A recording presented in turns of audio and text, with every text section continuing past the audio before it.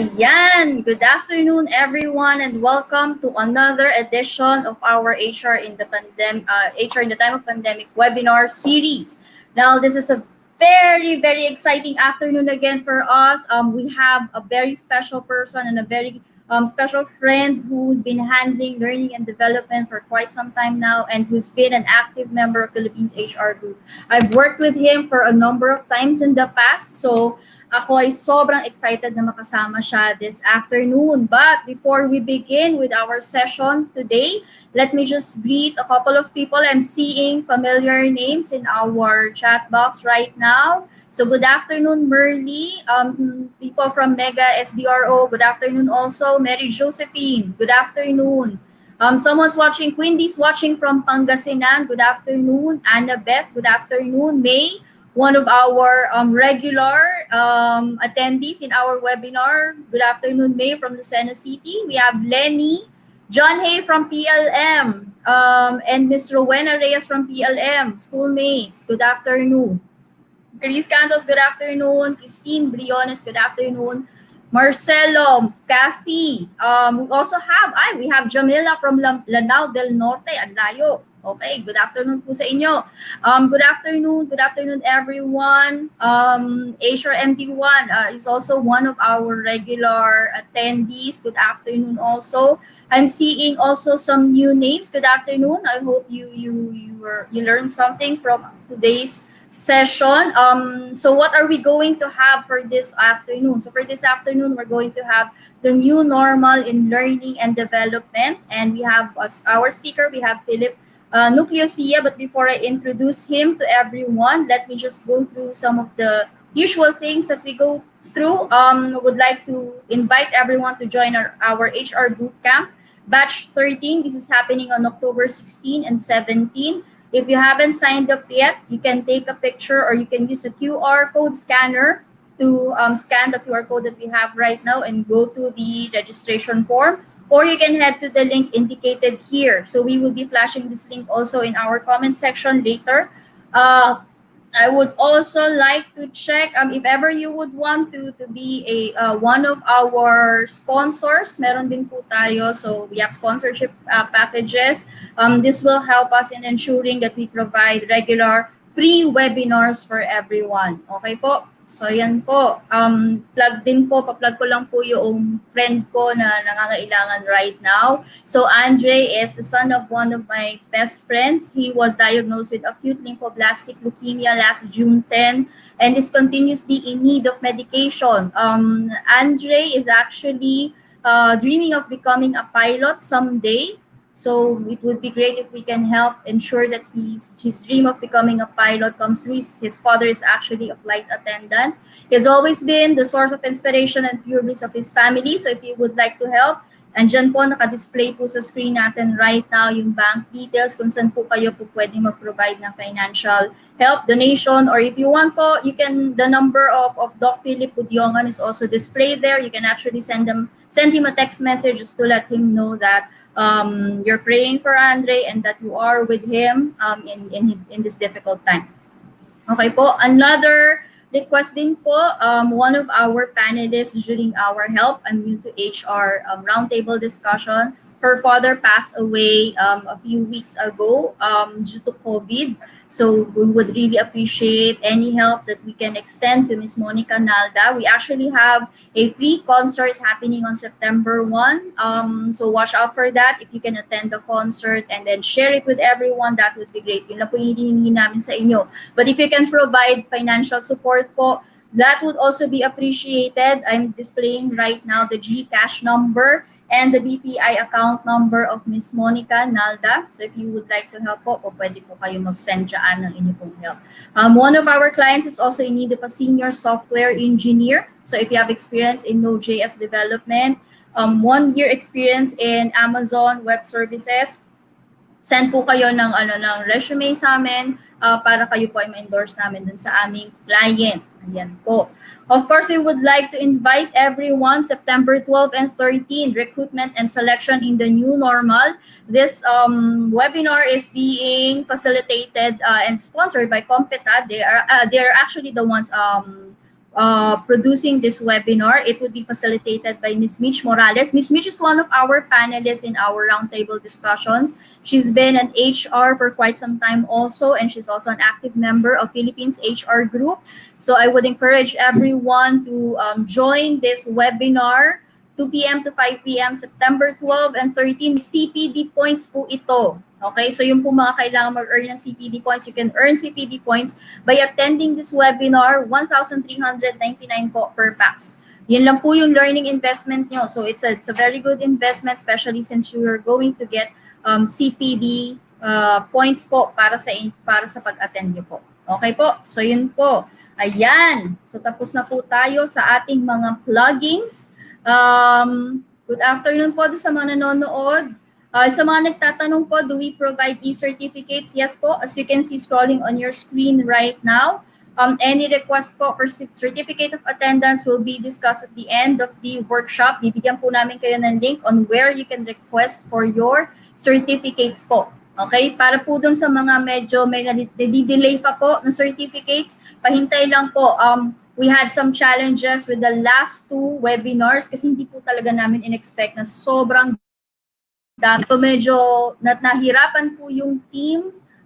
Last time we posted that we have already finished 1,000 webinar certificates. Unfortunately po, meron pa palang mga hindi nakakapag-register, plus meron pa rin po kami around 500 to 800 webinar certificates that we're working on for the CNB webinar that we had last time. So medyo marami po. As long as you have registered po dun sa ating request for certificate na Google Sheet, you can expect po na matatanggap niyo po yan. So paantay lang po, pasensya na po sa delays, medyo marami lang po talaga ang nagsipag-attendance. Hindi namin na-expect na ganun karami, kaya ayan po. Okay? So yun po, good afternoon po doon sa mga kaka-join pa lang po ngayon. Okay? So before I let Nuke take on the floor right now, I would just like to of course, give you a brief background. Sino ba si Nuke? I've known him for quite some time. Philip Nucleus, the first. He is a CHRP, CLC. He is known as Nuke. We call him Nuke. He's a certified human resource professional and a life coach. He has over a decade of experience in the workforce and has both practical and theoretical experience and know-how when it comes to management, leadership, and communications. He is the founder and the training director of Competa Training and Professional Development Services. He founded the said company in 2015. It's a training and development company and has helped a number of companies in different industries through effective delivery of training and employee engagement programs. So as I've mentioned earlier, he is currently the training director of Competa and manages its overall business direction and service quality. If you're an active member of Philippines HR Group and if you have attended some of the past seminars of Philippines HR Group, Nuke is one of the, usually sila nag-handle ng registration, he handles the volunteers and everything. So you would most likely have seen him, so you might be familiar with him. So without further ado, let me share the floor with my esteemed colleague, Nuke. Nuke, how are you? Ang tagal na natin hindi nagkikita.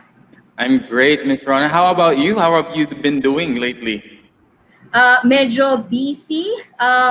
Ever since we launched this free webinar, we actually had we have been very busy kasi we need to make sure that we get the right topics, we invite the right people, and we have to make sure that talagang lahat ng mga kailangan ng certificates. Just kung doon kami nahirapan sa certificates, hindi namin akalain na, especially pagdating doon sa labor law, ang daming nagsipag-attendan. I am overwhelmed with the turnout with the CNB topic. Sobrang napakasaya namin. Ayan. Well, alam mo naman sa HR, no, when it comes to labor, lagi tayong nakikinig dyan because there's just not enough seminar to prepare us for everything, but it helps to at least, get ideas from the experts, no, lalo na kapag mga experienced people na yan sa ating linya.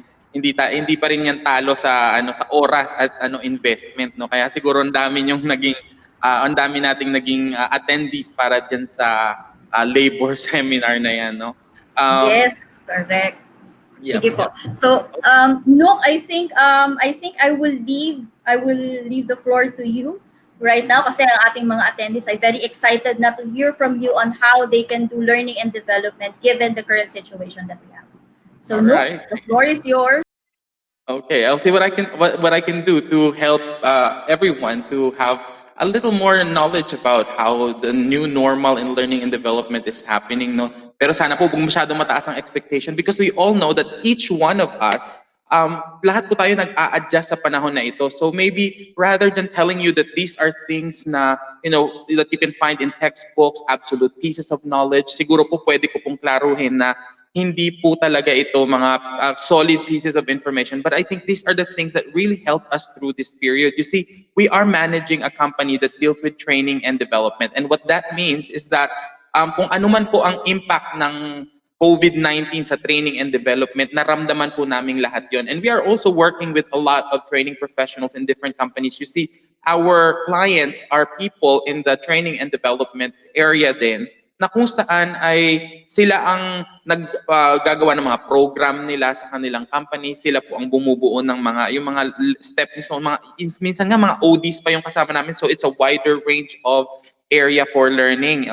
And isa po sa mga bagay na sigurong masasabi ko is that even though this has been a really challenging experience, there are really a lot of things that we can pick up from the experience of the COVID-19 pandemic. So let's start that by going through our objectives this afternoon. Ano po ba yung mga gusto nating ma-achieve, matutunan, ma-discuss, no?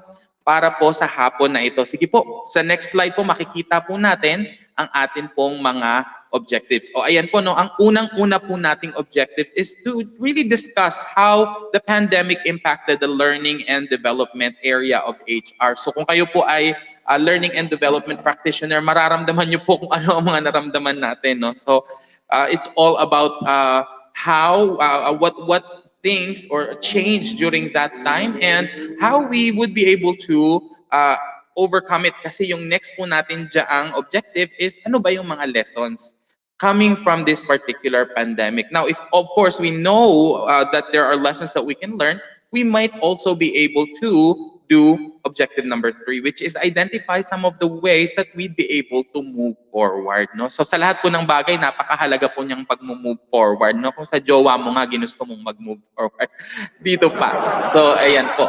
So because of that, let's move and discuss the very first item that we have on screen. Let's be upfront. Ano ba ang mga impact ng ating pandemic sa mga learning and development specialists? So sa next screen makikita natin, unang-una sabi niya sa learning programs. No. Sorry. Balik po tayo ng isa yan. Sa mga learning programs po muna natin, simulan natin. Siyempre, during the months of the pandemic, yung talagang nag-ECQ tayo, wala, bawal. No conference, no social gathering. So lahat po ng mga plano natin, no, usually tayo, nagpaplano tayo ng learning and development activities natin the year before or sometimes 6 months before the following year. No? So kapag may mga plano na tayo, hindi talaga natuloy ngayon. For sure yan. No? And a lot of the things that we wanted is delayed, no? Lalo pa yung mga programs na nakakalungkot kasi kahit yung mga programs natin for making sure that people are prepared to take on the next level, na-impact po talaga yan ng matindihan ngayong period na to. And of course, for those learning programs, we also have a limited ability to work and communicate because of the ECQ, which dragged on for probably around a couple of months. So marami po sa atin, okay, I'm in limbo, I don't know what I'm going to do. I experienced nga po, no, isa po sa mga kakilala ko, she just stayed at home for a long time because during the time na nagsabi, ECQ muna tayo, wait muna kayo kung may work at tatawagin kayo. Isa po siyang training professional sa isa pong retail company. So she was really waiting for several weeks. Sabi, sige, we'll give you an update until later on. They realized na, syempre, no work, no pay sila. So nakaka-bother. And not only that, since we cannot communicate, we're not able to do the usual things that we are able to do before.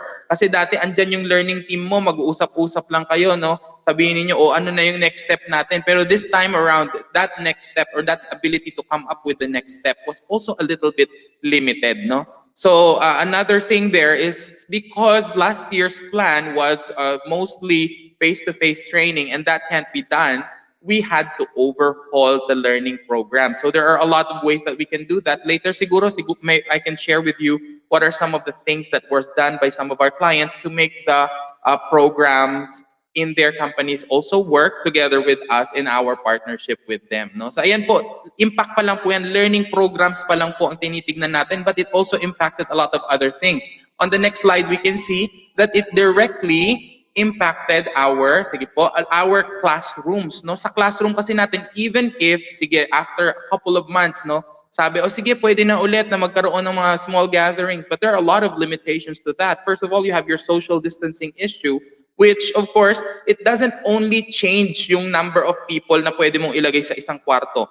The biggest impact of that, I think, is that your programs from last year, usually tayo pre-made na yung mga programs natin, hindi na natin pwedeng i-run in the very same way. Somehow we have to modify some of the activities. We have to make sure that the activities are social distancing conscious so that people will still be able to interact, share best practices, and share their knowledge without having to, without having to, be very close to one another. And of course, syempre, aside from social distancing, kandiyan din yung paggamit natin ng face mask and face shields during classes, no?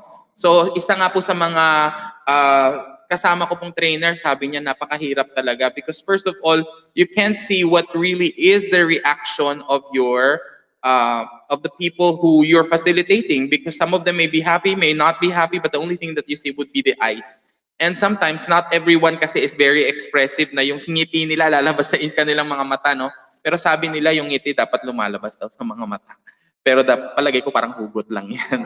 No, I think what we're trying to say here is that the facial expression does tell a trainer if you need to make adjustments in your classroom. But this time around, clues like that may not be as present, so you have to be extra observant. Yung level ng pagiging observant mo before has to be heightened because you have to look at other things like the body movement. You have to see where their eyes are looking. So mas mahirap po mag-facilitate daw po ng classroom training. Or siguro kung di man mahirap para sa inyo, it's a little more challenging because you have to do something else that you normally don't have to really worry about before. And then of course, aside from that, yung limited utilization ng rooms natin. Na-mention natin, it's also as an after effect of social distancing. But on top of that, what that means is that dati, ang target hours mo ng training mas mabubuo mo in X number of classes. But now you have to multiply that X number of classes into 2. Kasi half lang ng usual nating capability ang pwede nating ilagay sa isang classroom. I think for some others, medyo mas OA pa, parang 1/3 lang, no? But of course, that's the prerogative of your company kung sakasakali. So classroom. So far, we were affected in the learning programs as a whole. And even in the classrooms itself, we are affected. But I guess, one of the biggest challenge siguro nito is yung impact niya sa, ano ba yung next natin sa ating slides? Aki po. So, yung sa mindset ng mga professionals.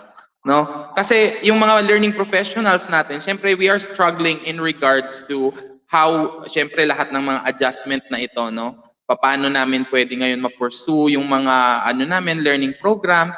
So there are a lot of fears that are also ongoing, which is kind of expected, no? Marami po sa atin ng natatakot sa pwedeng maging impact sa learning or sa kung trainer ka, no? Paano yung trabaho ko, ano nang mangyayari sa akin. So I think we can reveal the first item in the box, no, in the green box.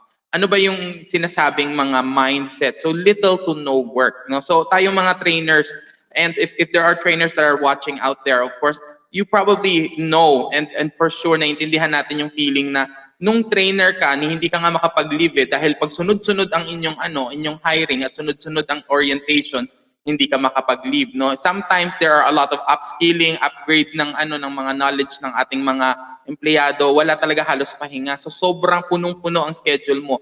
But now you are faced with a pandemic where you probably have very little to do, or probably none for some, no? Sobrang pahinga. And that not only helps, or that does not only affect you negatively by feeling na parang di ba yung anong pakinabang ko. Some people feel isolated because of that, no? May mga tao po kasi who thrive because they are able to keep themselves functioning throughout the day. So ano pa ba yung mga mindset issues na pwedeng mangyari sa mga learning professionals? Sabi niya, being unsure about the future, no? So dahil nga wala kang ginagawa, minsan itatanong mo sa sarili mo, talaga bang meron pang naghihintay na trabaho na pwede kong balikan, no? Dahil kakaunti lang, no? In one of the retail companies din po na kaibigan ko, no, ang nangyayari po sa kanila parang dalawa na lang sila ng kanyang manager na pumapasok sa office to facilitate some of the training. And when they do their training programs, ayun, konti nga lang po ang kanilang participants, medyo nagre-rehash sila ng kanilang schedule, tapos gusto nilang mabigyan ng oportunidad sana ang lahat na makapagtrabaho. So ang ginawa nila, sa halip na silang dalawa ang pumapasok, ang ginawa nila rotation na. But that also poses a lot of challenges kung rotation, no? Kasi for example, if right now ako yung naka-rotate para maging a trainer, so I will do everything. I probably know the progress of that, but by Friday, I will have to make sure that I spend time to what do you call this, to notify or to endorse to the next person, o ito na yung mga nangyari, no, ito yung progress natin, ganito na yung gagawin mo, yung ating schedule, ito na, inayos ko na. So ito pa ang mga kulang na hindi pa nagagawa. So you have to really invest that amount of time, whereas before sana, no, kung nandoon tayo sa usual setup natin, mas madali yun kasi kung sino ang inassign, ikaw dyan hanggang matapos, iba yung assignment ng bawat isa pa, no? So because of that kind of setup, you know, it kind of makes people feel na talaga bang meron pa akong babalikan after this. So it kind of feels that the new normal is an uncharted region, something that you don't know what to expect, no? So yan, napakalaking impact niyan. Bakit natin dinidiscuss itong mindset to the learning professionals? Because tayo ang nagdadrive po ng learning. And if it starts with you, that you get overcome by the changes that you are experiencing, no, that also reflects in the training programs. No, people also feel that you are not feeling comfortable with what you're doing, and you know they would also somehow indirectly feel that way, no? Kumbaga sabi nga nila, if you are the trainer, you set the intensity for your class. You are the one who gives that good vibe or bad vibe, or you know, kung neutral lang yung vibe, kung boring ba yung klase mo, nasa sayo lahat yan. And that's why it's important that the mindset is the first thing that we work on. Like later on, let's discuss how can we work on our mindset as a learning professional if you are experiencing some of these. Because me personally, as a learning professional, no, I may be sabi nga nila by title director, but I'm also facilitating my own classes. So I definitely understand some of the challenges that other learning professionals experience right now, no, na hindi mo sure kung anong mangyayari sa'yo, and kung paano ipo-pursue yung mga learning programs, kung paano mo magagawa na maayos yung trabaho mo. Let's look at the next slide and see what else has changed. Is there anything more that changed during this period? There you go. Mindset of the learning professional with dealing with changes. Some of us are very limited when it comes to our ability to deal with changes. And no, there's no one to blame. It is not your fault. It is no one's fault. In fact, we're just designed as humans to be like this, because as humans, our tendency is to stay within our comfort zone. And if there's something that is new, we need to adjust to the new setup, no? Mas konti ang tao, mas ano, feeling natin, okay, I'm already out of my league, no? It's not my comfort zone. But there are also a lot of good things with being outside of your comfort zone, and if you know how to deal with changes. Now, since I talked about change, let's talk about the item in the next slide, no? Ito po kasi siguro medyo makakatulong. If we want to address the issues that we're dealing with, we can also turn to what we call asynchronous learning, no? Iyan po isa sa mga bagay na pwede po nating gawin. We've seen, and we also have a lot of clients that are in the government offices. They usually turn to what they call asynchronous learning, because right now people can't be put in one place, or if ever you can put them in one place, it's not possible to put as many as before. But you want to make sure that you address kung ano yung nasa training calendar mo, no? So what you do is asynchronous learning. So here in our slides, it says that asynchronous learning is all about having the students learn the same material at the same time, or maybe at different times, but you don't really have to worry about that time or that location. So there are two ways that you can do your asynchronous learning programs. That would be first when you do your self-paced learning. So ano po ba yung self-paced learning natin na tinatawag? Ito po ay yung program na kung saan ikaw mag-isa ka lang, you know, you will be able to go through the entire program on the basis of your free time, no? So marami na po tayong ganyan. Meron silang mga ginagawang sa amin noon dati when I was still working in one of the BPOs. I don't know, some of you may have worked in that particular BPO. Sabihin ko na lang, pero hindi po plugging to, no? Wala po silang bayad sa akin sa ano, hindi ko po sila pina-plug, no? But I used to work with Sitel, and they have what they call the Sitel University. I think during that time, we were still not yet in a pandemic kind of scenario, but it was crucial that they do what we call asynchronous learning. Why? Because the company has multiple sites all over the world. No, and what's going on with that multiple sites is that you need to put people in a certain training class, but it would be impossible to bring them overseas to one place or one country just to have one particular seminar and then just bring them back to wherever they are coming from. Pero hindi rin naman po pwede magkaroon ka ng classes na okay, sa Pilipinas lang. Kasi dalawa lang ang kukuha ng training sa Pilipinas. Tapos kapag sa India lang o dalawa lang din yung nandun sa na tao. So it would be a lot of waste. So they came up with asynchronous learning programs where either you can learn the material on your own pace at your free time and you will be given a deadline where you can manage kung ilang oras a day ang gagawin mo dyan, or you can also have an instructor-led virtual class. I'm sure that all of you or most of you are already familiar with that. What we're doing right now is somewhat similar to an instructor-led class. No, it's just that siguro my mindset about this is that this is not really a class per se because I am not able to get real-time feedback from the people who are listening in and watching. No, but you can comment, and perhaps that's the only way that we can interact. But if in a real instructor-led program, you can still facilitate an actual workshop. No, so what we do in our company to achieve something like this in our asynchronous learning program is we use familiar siguro naman tayo lahat sa Zoom, no? Again, hindi po ito bayad ng Zoom, hindi ko po sila ini-endorse, but it's just that it so happened that it is what we have been using. Of course, Microsoft is also there. They have a certain they have Microsoft Team as another program that works.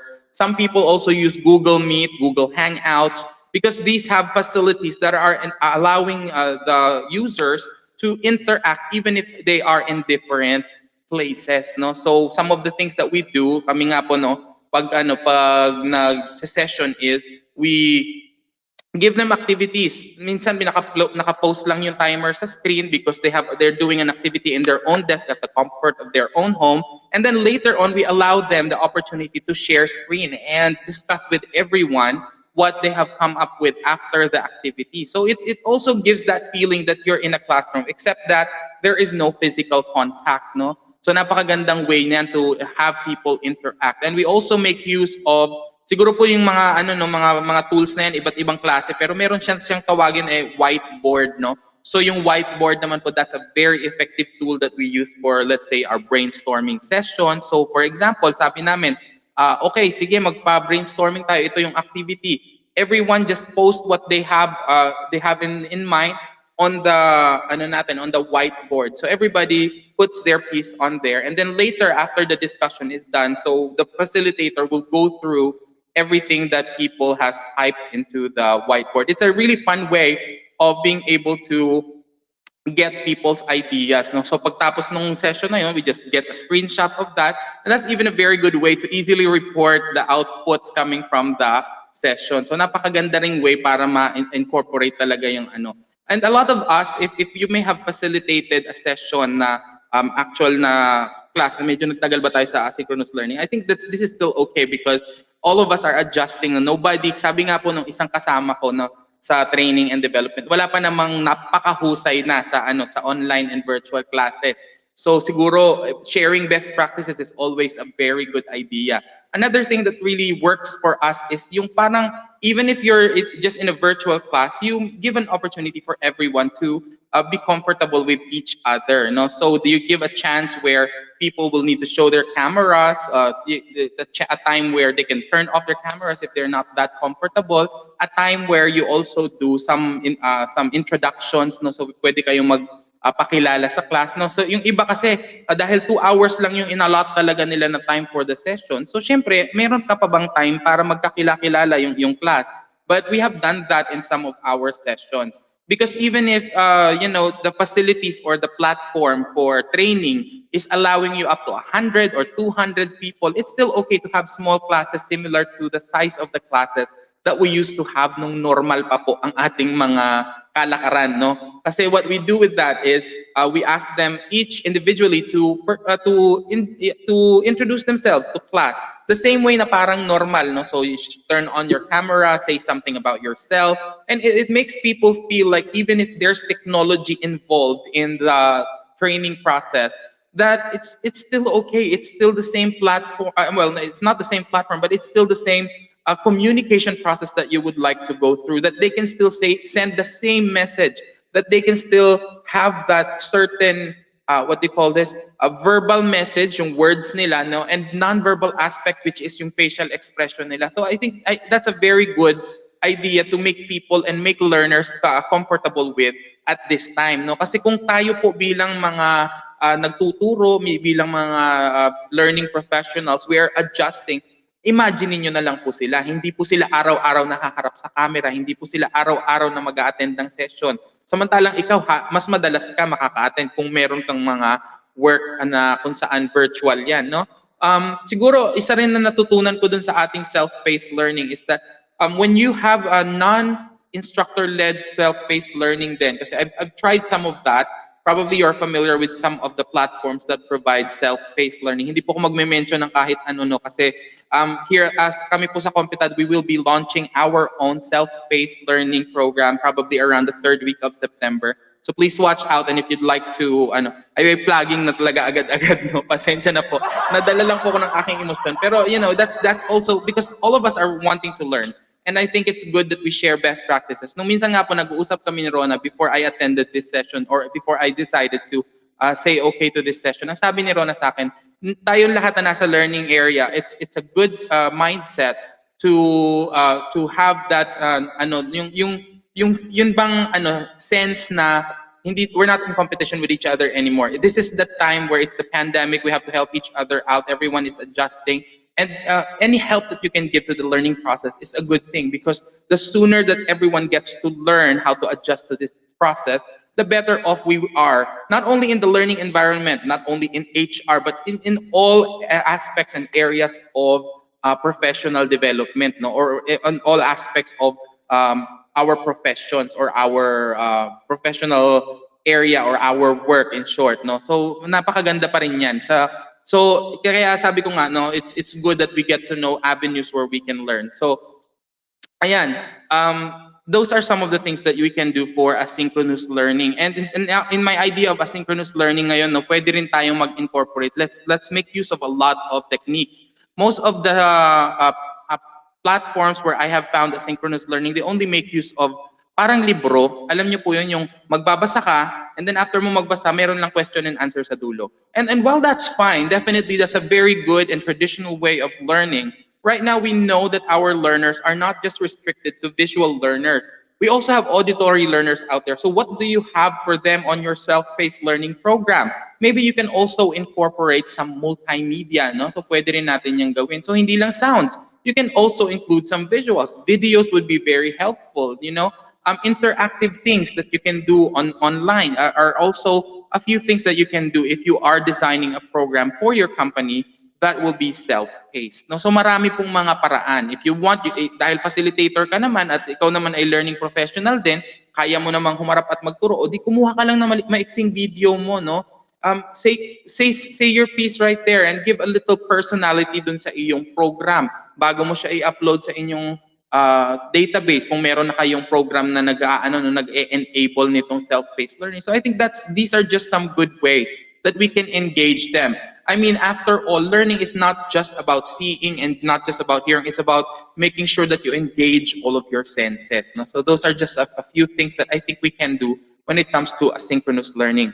Now, I also heard that some people mentions about blended learning. So I think this is more about a mixture of your asynchronous learning programs together with the classes. And in one of the sessions, no, nagkaroon po kasi kami ng meron po kaming weekly program sa Competad where, well, not weekly, but bi-monthly program na kung saan we call it Kwentong HR, and we invite people from different areas or from different businesses to share their best practices on certain topics. And it so happened that one of the topics that we have also discussed there is about the new normal for learning and development. Nasabi niya nga, no, sa kanilang lugar daw po sana po tama yung sinasabi ko, no, pero I think Vietnam nga po itong bansa na kung saan po siya ay nagwo-work. No? Isang Indian po na na speaker. Napakagaling po at napakahusay na mag-explain po ng ano na to, ng gentleman na ito. Kaya po nabilib naman po ako sa kanya. So sa kanya pong sharing, sinabi niya na dun sa kanila, yung pagsunod sa protocol has always been the consideration, making sure that people are safe is top priority when it comes to learning, no? So pero it doesn't mean that they cannot have learning programs. Ngayon po nagpa-facilitate na talaga sila ng learning programs sa mga classrooms nila.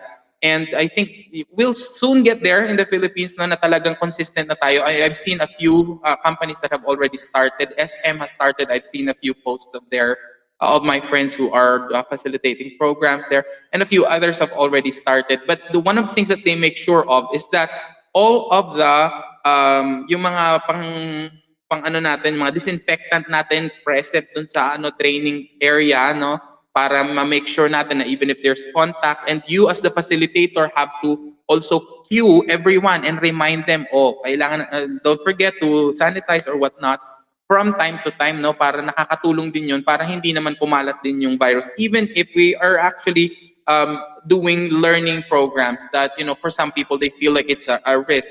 But at the same time, they also make use of other blended learning programs. Maganda nga daw pong opportunity ito because right now, what we're doing is that we're not just restricted with our current notion of how learning is. We are widening our perception of the whole notion of learning because right now we're exploring different possibilities on how we can pass on knowledge to other people. So napakaganda pong mindset no, because if you have that kind of mindset, as a learning professional, nakaka-positive yun ng feeling. And just like what I said earlier, napakahalaga po ng ating emotion, ng ating feelings, ng ating pong yung ating pong sense of the sense of being positive about the work that we do. Kasi yun, mafe-feel yun ng ating mga participants. So ayan, yan po ang sinasabi natin sa asynchronous learning. Can we move to our next slide and see what we have in store right there?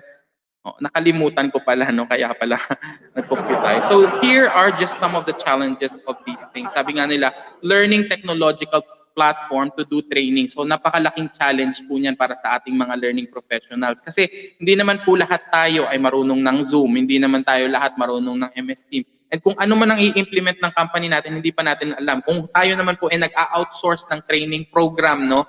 We're partnering with companies such as Uprash and Competad para magkaroon ng training program natin in-house. If we're partnering with these people, paano ba yan? Mag-a-adjust pa ba ako sa kung anong platform ang meron sila? So I think that's really a very big challenge for us. But I think if it's all about being able to continue with our passion, kasi ito po, no, napansin ko lang karamihan sa atin na nandito sa klase ng learning and development, wala naman po siguro sa atin na pumasok dito dahil gusto mo lang ng sweldo, no? Kasi ito pong klaseng trabaho na to, it does require a lot of passion.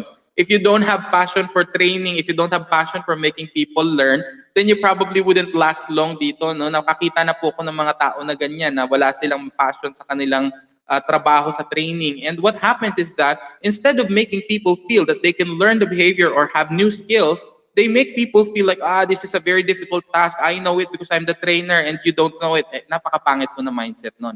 But that, on the flip side of that, because learning technological platforms is challenging, that's where our passion really comes in. That's really where it's so important, no? Kasi kapag meron tayong passion, katulad ko po, no, na medyo archaic na rin po siguro kung matatawag, no? Hindi na po ko ganun kabata. Pero even if that is the case, I managed to find ways on how I can learn the different platforms that we are using. To be truthful, right now, ito nga pong StreamYard na ginagamit natin, wala po akong ka-idea just 30 minutes ago on what's going to happen here.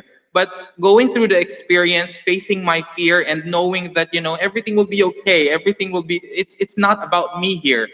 It's about the people who are learning. And if we have that mindset, that will be really great to have, no? Bawat isa po sa atin ng mga learning professional, if we have that mindset na ginagawa ko to para sa learners ko, hindi ka dapat matakot, no? Even if you have to learn a new platform. Sometimes, ang challenge naman natin, kung hindi man yung pag-learn ng platform, willing ka, okay, sige, I have the passion, kaya ko to, no? Napaka-positive ng thoughts mo. But the challenge is, baka malaki yung investment yung platform na yan, magkano ba yan, no? Oo, sabi mo, hindi ko problema yan. Kung company ko ang problema niyan, problema pa rin po natin yan, no? Kasi as training professionals, malamang kanino magtatanong, sasabihin, anong platform ang kailangan ninyo?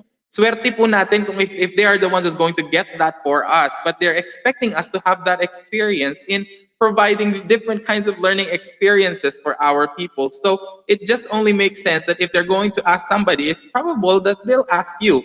Tama po ba? No, so if they ask you, kailangan i-consider natin, no, that our company will be investing on that platform. Will it be, financially viable for the company to use that platform in the long run? And ito po ba ang pinaka-useful na platform na magbibigay ng maraming options for learning for us? Then of course, ito po, no, pangatlong challenge na i-admit ko po, hindi ko po na-expect na ganun, because somehow, if you have been facilitating classes, you might think that facilitating an online class is similar to facilitating it in the classroom settings. But, maybe a few tweaks here and there, but it's not the same. It's really, really different when you experience it all together. I can remember the very first day po na humarap po ko sa camera na katulad nito para magturo. And I can remember myself being very, very stiff. No, that was in the first few weeks of March. And the second session was still very, very stiff. Sabi ko, oh my God, how will I be able to really pull through? And how will I make myself more natural kapag humaharap ako dito, no? Kasi nakaka-apekto yun eh. That sends a message of confidence in the information that you're sharing with your participants. Even if hindi mo naman kasi may explain sa participants mo na ako hindi ako confident kasi hindi ako comfortable sa tools ko. Ang dating nun, you are not confident of the information that you're sharing with them, even if that wasn't really the case. So I had to build a new set of facilitation skills. Una po na challenge natin dyan, no? When you are facilitating a class na face-to-face, makikita nyo po agad yung mga mukha nila. Pero dito po, no, kung nakikita ko po lang po ay yung butas po ng camera na kung saan yung butas ng camera na yan lang ang kaharap ko. No? Kung umingiti po kayo dyan sa inyong mga kinauupuan o kayo po ay maghihikap, wala po kong idea dyan. No? Sana lang po hindi nangungulangot. Nabiro lang po. I was just livening up your listening session kasi po alam ko po na napakahirap, no? Maintain yung focus ng mga tao. And of course, with that being said, when I'm in front of them, I can actually go around the room to check everyone. But here, all I have is myself, my face, to make sure na maka-communicate ako sa kanila. So I have to make sure that I smile the whole time, the whole session, no? So that's another skill that you have. Plus the non-immediacy of feedback. Anong ibig ko po sabihin yan when we say that feedback isn't immediate? No, so yung atin pong online platforms, kapag ikaw ay nag-i-speak, no, tapos sasabihin mo sa kanila, okay, so guys, what do you think? In real life yan, no, may mga pabibo ka ng mga participants na bigla na lang magsasalita, no, ganito, ganyan. Tapos may mga jokes na it really helps liven up your class. So if you do enough, if you give enough effort in preparation, you'd be able to solicit a lot of responses. The difference, though, is that when it comes to online learning like this, even if meron kang binigay na question, people would take a long time to answer. Because one, some of them are camera shy. Pangalawa, yung iba sa kanila, they don't want to turn on their microphone kasi nahihiya ang pangit daw ng boses nila. No? And yung pangatlo, pwede rin naman yung iba dyan magta-type, pero Diyos ko, ang bagal mag-type. No? Because they don't feel comfortable using the microphone, magta-type sila, pero bago makarating yung response mo, nandoon ka na sa next discussion point mo. And this is one of the challenges. I had to learn personally that when I am facilitating a class, I would have to go through what they're saying in the chat box. Minsan, naka-move na ako sa next item ko, pero nakita ko may sinabi sa chat box. I want to encourage that person to still participate later on. So I would go to that chat box and say, hawak-hawak ko po usually, no, may props po ako pag nagsisession, no? Hawak-hawak natin si iPad na ganyan. And I would look at the chat information here. This is where I would respond to the chat information. And even if naka-move on na ako sa the next on topic, I would always make sure that I go back to that and say, hey, I have seen that Paulo said blah, blah, blah on our topic about blah, blah, blah. Thank you, Paulo. That was a really good insight. So that's also another thing that I didn't have in my facilitation skills before. I didn't have to worry about delayed reactions. No, but this time around, it kind of helps that I have that in place para medyo napapag-interact ko pa rin ng maayos yung ating mga sabi nga ni Miss Clara din, yes, para kang nagmo-monologue. And sometimes, to make sure din po na hindi ko nararamdaman na ako ay nagmo-monologue, naglalagay po ako ng monitor dito. And then when I crack up a joke, I would give a little something like, ayan, no? Ako po kung naririnig niyo, I would have a canned laughter right there laughing with me. Because it's me taking that attention of my participant and saying to them, hey, there's something interesting going on in my class right now. No? So ayan po magagawa lang po natin if we really realize that we need to build a new set of facilitation skills. Hindi na po ubra yung dati lang nating alam. No? Kailangan din tayo as learning professional, we grow. No? Kaya po, kasama rin dyan yung pang-apat na challenge, yung pag-rehash po ng ating mga face-to-face programs. I've seen a lot of this because we have taken some assistance from our experienced facilitators, no, mga ibang facilitators pa po sa Competad na lagi naman silang consistent na nagka-run ng session sa amin. But I have also seen that when they facilitate the program, they would run it as if they are running the same old programs from before. Ngayon, sabi ko, okay, so how about the activities? Oh, it's just the same. It's going to be like this. Kaya lang magiging individual na. So, I think me personally, when I look at my programs from before, it's very easy for me to see that this will not work anymore. My usual brainstorming session, now it may not work that well because it will be difficult to go around and look at them. Kasi medyo yung instructions ko, it's, you have to be more specific now with your instructions on screen. And sometimes I even flash my timer on screen just to make sure that people know that I am tracking the time for the activities. No? Kasi yan, hindi naman tayo nagkagaganyan kapag di ba, facilitation ng normal na class. But some of my other colleagues in the business, of course I'm not mentioning anyone, just something that I think needs to be improved is nagpa-activity ka, sabi mo 5 minutes, o give them something visual to see that 5 minutes so they can monitor and they can be back with you right away after that 5-minute session. Ito pa po, no, kahit pagpapa-break time lang ng 15 minutes, minsan napakahirap magpa-break time. Because you don't know if they're going to be back exactly at 15 minutes. And I've seen other people go, okay, sige mag-break time na po tayo. Nag-break time, wala man lang, alam mo yun, hindi naman naka-flash yung timer sa screen. And that's a very big challenge because, of course, not all of us has the same watches. Now, when you are face-to-face with them, it's probably easy na pag nakita mo na nasa labas na, okay, parating na sila. It may not be the same on virtual classes. You don't know if they're already on their stations or maybe they're still in the washroom at the comfort of their own homes. Diba? So for that to happen, you would like to give them some visual cue kasi meron kang screen doon sila nakatingin sa screen mo. So I would usually use a 15-minute timer, countdown timer. Madali naman po yun, no? Hindi po ninyo kailangan ng additional tools. You only need your computer because MS or Microsoft already has an embedded timer. Kung hindi nyo pa po na-try ito, puntahan nyo po yung laptop niyo mismo ngayon. Punta kayo dun sa search application, type nyo lang timer. No, makikita po ninyo, meron po countdown timer doon. Pwede natin yun i-share sa ating online screen para po sa ating mga virtual instructor-led training. That way, when they can see na, okay, ilang seconds na lang magbabalik na. No, I've seen this to be very effective because in the past 4 days that I have been using it, every time that I would say, okay, we're back, guys. So I wanted to see if everybody is already online. Can you say yes on the chat box right now if you're already here and ready to listen to the next topic that we have? And since I've used that timer, I noticed that at least 80 to 90% of my participants are able to type yes dun sa aking chat box. So that's just one way to really verify na, okay, nandiyan na sila, ready na silang makinig. No? So, of course, can we move to the next slide, please? Thank you. Ayan, no? So, ang dami niyan, ang dami mga challenges. First thing that we really need to work on is our mindset about this particular change. Kasi sa sobrang dami ng changes, ayan po, ang dami ko po nakikita na nagpo-comment, no? Thank you very much for sharing all of that. Yes, being more creative in thinking, but all of this creativity, all of this ability to adjust will not be present if we are not aware kung ano yung mga stages of change. So dito po, i-relate natin yung COVID-19 sa mga stages ng change, no? So ang una daw pong stage ng change ay, syempre, yung part na, sige nga po, pa-reveal naman po natin sa ating slide, routine, no? So meron kang nangyayari sa'yo and this would be relatable to dun sa ating old normal, no? Kasi since may new normal, tawagin ko pong old normal just for the case of this discussion, no? And from our old normal, no, bumababa yung performance natin kapag nagkaroon ng change. Sige, pa-reveal nga po natin yan sa screen. Ayan, yung change po yung pagdating ng COVID-19. So binago niya ang ating ang ating buhay-buhay, no? Kung i-relate natin yan, yung stage ng change na yan, parang yung ikaw ang jowa mo at ikaw, steady kayo, yan ang routine, no? Tapos isang araw lumapit siya sa'yo, sabi niya, break na tayo. Ayan, no? Nasaktan ka naman. Ayan po yung sinasabi natin pagpasok ng change mismo. And then after that, it goes to the next stage where performance usually even gets lower. That is your acceptance or denial phase, no?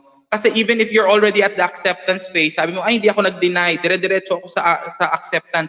The performance that you have is still lower, no? Yung self-esteem mo. Kung nung nang iniwan ka ng jowa mo, di ka makafocus sa trabaho. No? Di lalo pa ngayon, yung trabaho mo talaga wala, hindi present kasi meron tayong pandemic. So the acceptance and denial stage is there. And then after the acceptance and denial stage, no, after natin mag-go through niyan, syempre darating tayo sa letting go.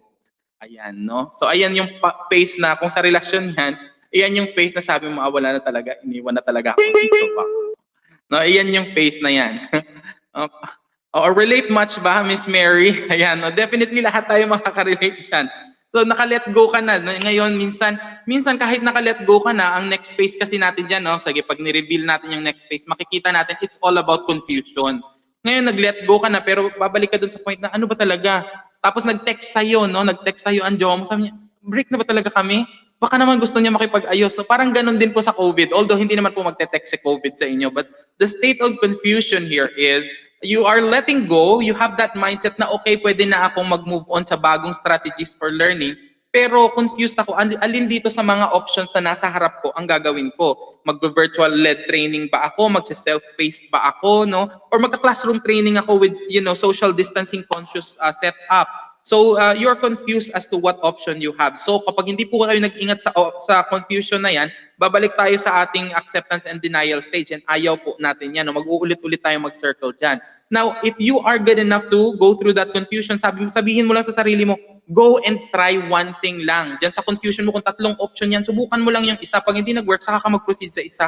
Huwag ka na mag-confuse pa. Kasi if you start doing what's good, no, na pumili ka kaagad, no, pumili, no, para talagang jowa yung dating ng ating discussion. But anyway, yes, kapag pumili ka kaagad, ang next phase po natin dyan after our confusion is what we call, sige nga po, pa-reveal natin sa slide, aha moment, no? So, in short, aha, oo nga, no, pwede. So, ganyan, no, nakukuha natin what is good and pwede rin namang, aha, hindi pa pwede to kasi meron kaming ganitong senaryo, no? Para pong sa akin, aha, pwede pala na maglagay ng ganyan, no, ng mga reaction na canned para mas effective yung aking tinatapon at minsan kahit wala na yung attention nila sa akin, nakukuha ko pa ulit, no? Sabi ko, pero aha, hindi pala po pwede. Yung tanongin ko sila, can you guys tell me what's your reaction about this? Tapos hindi ako magtatawag kasi hindi tulad ng face-to-face, walang nagbo-volunteer, no? So, yan yung aha moment. You get to discover what's good and what's not good. And that is supported by the next phase of change, which is what we call, sige nga po, paki-reveal natin, verification. So you verify which things work and which things do not, because if you do this consistently and you repeat the behavior, the new things that you are doing to adjust to the change, you will come to the final point of change, which is what we call, sige po, pa-reveal nga po sa slide natin, the renewal stage. And at that renewal stage, that's the point where you say, oh, this is not that bad after all, no?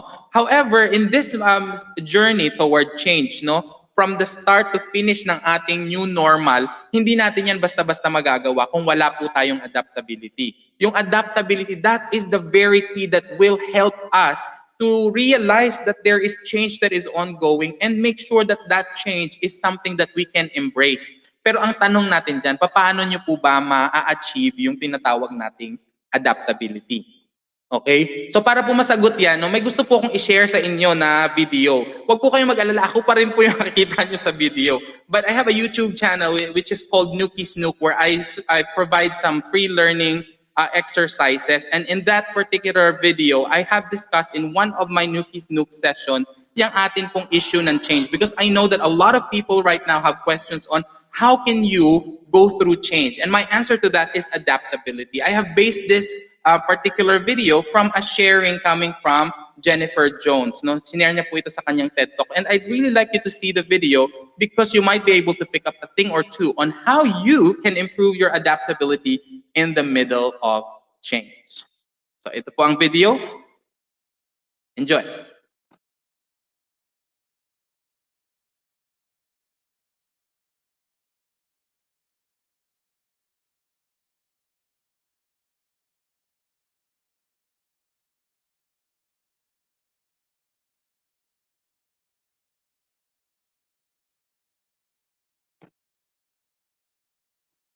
I think we are just searching the correct video, no? Just a moment lang po. I-cue na po natin. Ito po ay nasa, maybe may sinare ako kay Miss Rona na link and she will be sharing us with their technical team will be sharing it with us, no? So let's just give a few moments about that. Definitely, no? You guys agree naman, no? Adaptability is really something that we need to have in the middle of all of this change. Itong crisis na to, itong pandemic na kinakaharap natin. Pa-amen nga po ako dyan sa mga comments na yan if you agree to that. Adaptability is the key to be able to survive this particular pandemic. Kapag nakita po natin yung amen kayo dyan, tingnan natin kung kung ilan ang sasagot. How many are agreeing that it's definitely something that ayan, no, meron na tayo. Thank you, Miss AV Ray, sa atin pong response. Okay, amen, sabi rin ni Miss Angel May. Miss Rana, we're ready for the video once you are ready, okay?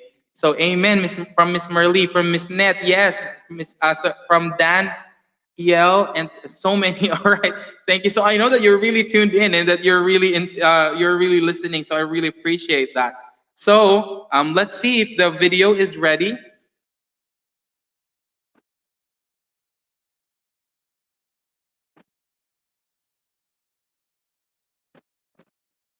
So just give me a few seconds. All right. So sige, we're still waiting for the video to come up, but don't worry, we'll just make sure that we keep our discussion ongoing, no? So sige nga po dun sa atin pong comment section, ano po yung so far, no, pinakamahirap ninyong na-encounter sa learning and development dito po sa pandemic na to. Sige nga po, i-type nyo po yung inyong experience, baka ako po ay sabi, natawa naman ako dun sa isang sharing. Adaptability is the key to be able to survive in a relationship. Pandemic pala. Ayan, nagkalituhan na tayo. Ayan tayo eh.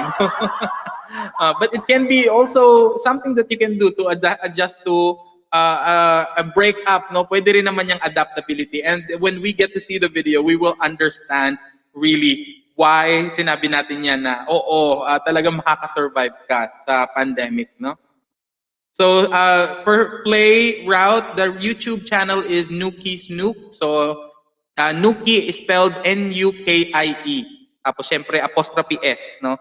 Nuke, N-O-O-K. Nuke. Yan po ang aking channel, no? Ayan. So, implementation of training. Oo, totoo yan, no? Isa po sa mga challenge din po namin yan, implementation of training. I can remember, isa po sa mga client namin, major client po namin yan dito sa Competad, no? Nung meron na po silang schedule na binigay sa amin.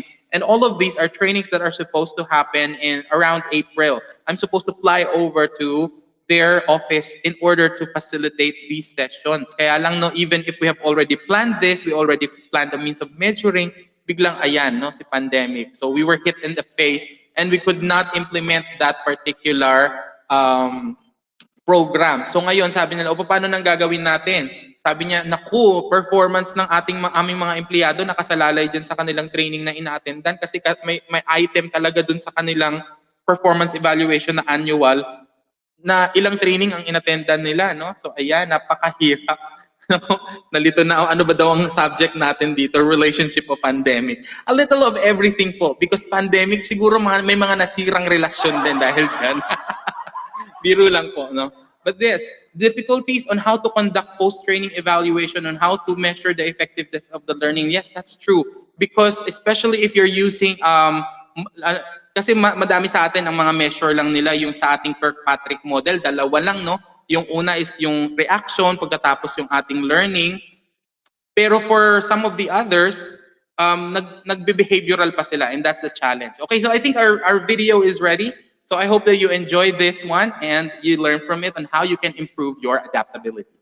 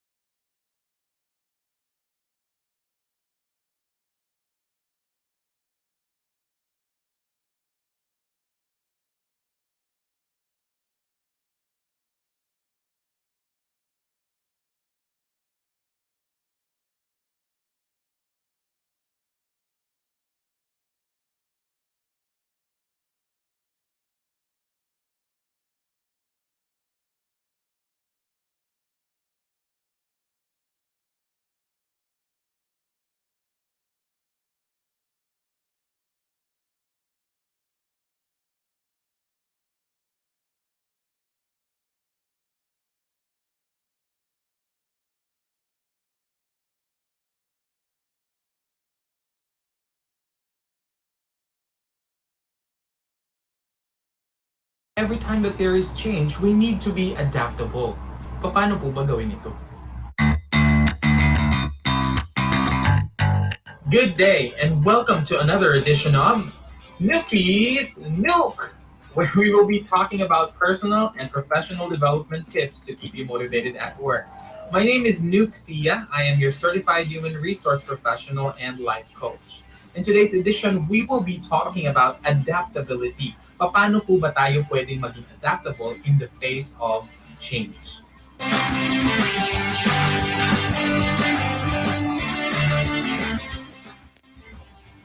Not all of us are comfortable with change. No? Tuwing may pagbabago, syempre bilang tao, we are creatures of habit. So we mostly prefer to stay within the things na nakasanayan na po natin. Pero pag po tayo ay laging nandun lang sa nakasanayan natin, hindi po tayo mag-grow. And sometimes, change is something that is necessary. Changes are inevitable and important. It is something that we will definitely face in life many times over. It could be in our family, a newborn baby, someone getting married, or death of a family member. It could also be at work, a new boss, a new workflow, or a change of organizational structure.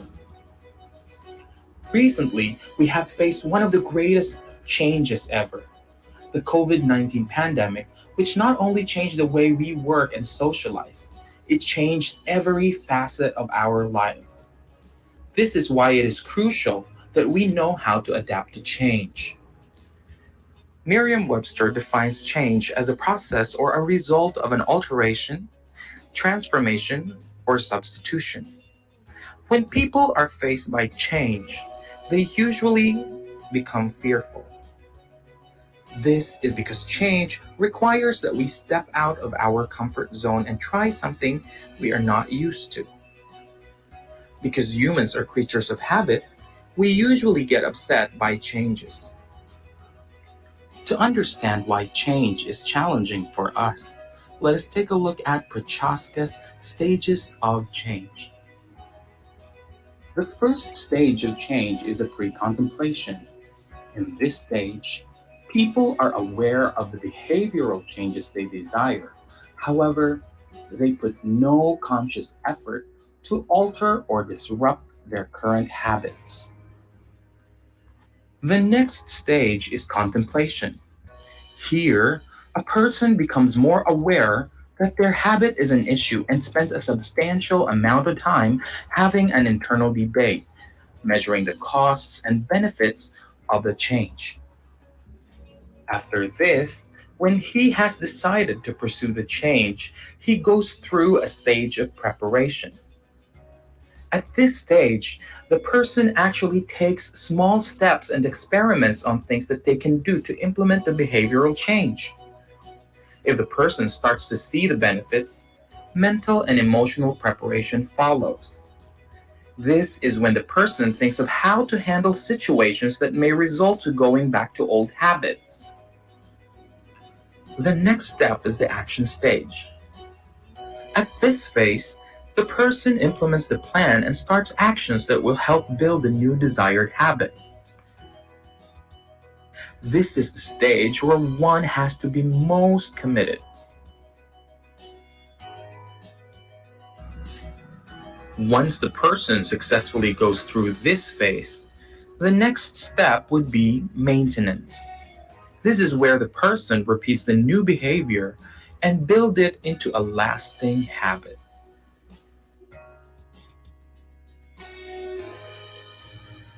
So you see, change isn't all that easy after all. May mga ilang companies na rin po tayo na na-observe who used to be front runners in their respective industries but now are gone. And this is something that we don't want to happen in our company.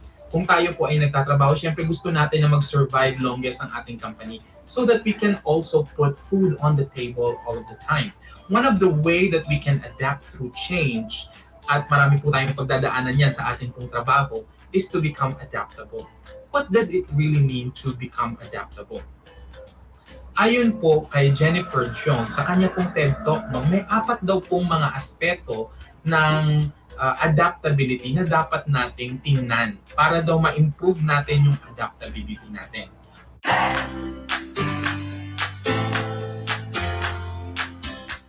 Una po sa mga factors na yan ay ang tinatawag nating purpose. Ayon po kay Winston Churchill, you will never reach your destination if you stop and throw stones at every dog that barks. Ano pong ibig sabihin yan? Kapag daw po tayo ay gusto nating ma-improve ang ating adaptability at merong pagbabago, kailangan na aalala mo ang iyong purpose. Kailangan alam mo, bakit nga ba ako naririto in the first place? Because if you know why you are there, kahit ano po ang itapon sa inyo ng panahon, kahit anong change po ang kailangan ninyong harapin, mas magiging matatag kayo. You will hold on to your purpose and you will find ways of making your purpose happen. Ang problema nga lang po marami sa atin, when we go into a commitment, when we go into a certain kind of work, we oftentimes do not write our purpose. Or maybe you just go there kasi sabi mo gusto ko lang kumita ng pera. And then later on, you forget that aside from just earning money, there is a deeper purpose. Ano po ba yung goal ninyo? Para ba ito sa iyong kinabukasan? Para ba ito sa iyong pamilya? Para ba ito sa mga anak mo? Ano po ba ang source mo ng motivation? Why are you doing what you do? So if you're not sure about that anymore, it is very important to think about your purpose. Dahil pag lagi pong nasa isip natin yung ating purpose natin, makatitiyak po tayo na hindi po tayo basta-bastang matitinag ng kahit ano man pong pagbabago. And definitely, that improves our adaptability.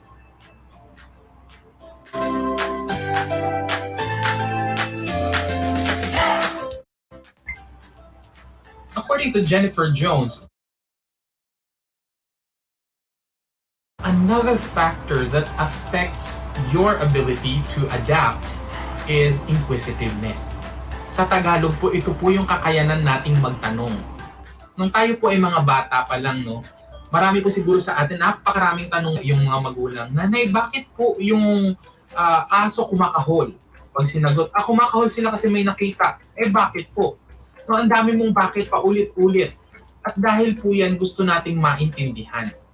Sa makatuwid nung tayo pong mga bata pa lamang, kapag po may mga changes, hindi naman natin masyadong pinapansin yan. Hindi tayo basta-basta nai-stress sa mga pagbabago. Dahil po mahilig tayong magtanong. Pero habang tayo po ay lumalaki, no, meron po siguro nagsabi sa atin, ang kulit mo, tanong ka ng tanong. Dahil po dyan, tumigil na tayo sa pagtatanong. Nawala po yung ating natural inquisitiveness. Pero ayaw po nating mawala yun because inquisitiveness is very important. If there is a change, the first thing that you need to keep in mind is to understand, how does this change affect me? And how does this change affect the people around me? In the first place, you also want to ask, who are the people around me that are affected? Napakarami po nating pwedeng itanong. Dahil pag yan pong mga tanong na yan ay nasagot natin, it helps us get closer to building a new habit that will help us adapt to the change. Yun po ang kadalasan nating problema. Hindi po tayo nagtatanong. So next time po, no, kapag mayroong mga pagbabago, i-ask mo ang mga questions na nasa isip mo. Sabihin mo sa manager mo, Manager, ano po ba ang magandang pwedeng idulot nitong ating change na ito? Manager, meron po bang naiisip ang management natin para mas mapagbuti yung kalagayan ng mga taong ito na maaapektuhan ng pagbabago? Manager, ano po ba ang pwede kong gawin para po matulungan ko yung change na yan? So marami po tayong pwedeng itanong. Huwag po tayong magdadalawang isip.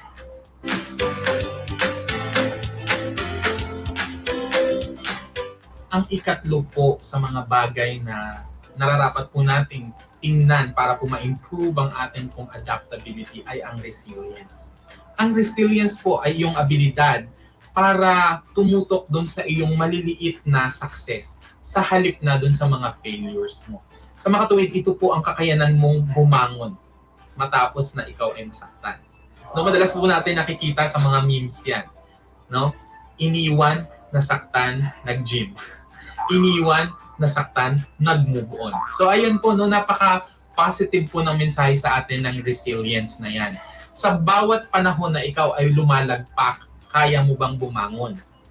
Marami po sa atin, nakatutok tayo dun sa ating mga failure. Kaya po hindi po natin nabibuild yung resilience natin. Pero dapat po, ang ginagawa daw po natin ay nakatutok tayo dun sa mga maliliit na success. Halimbawa po, nung iniwan ka ng iyong jowa, saan ka nakatutok ba dapat? Na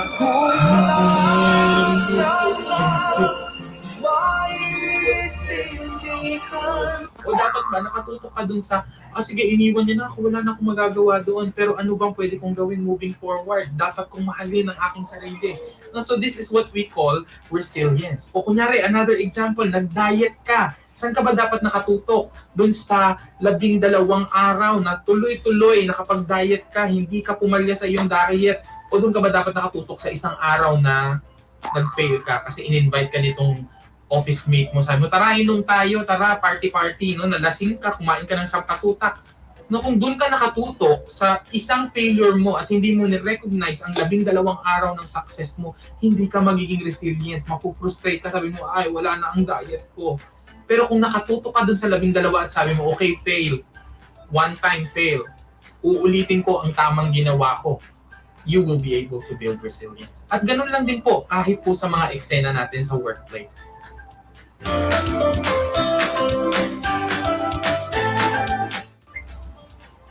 Ang ika-4 po na factor para ma-improve ang ating adaptability ay ang tinatawag nating fear o threat response.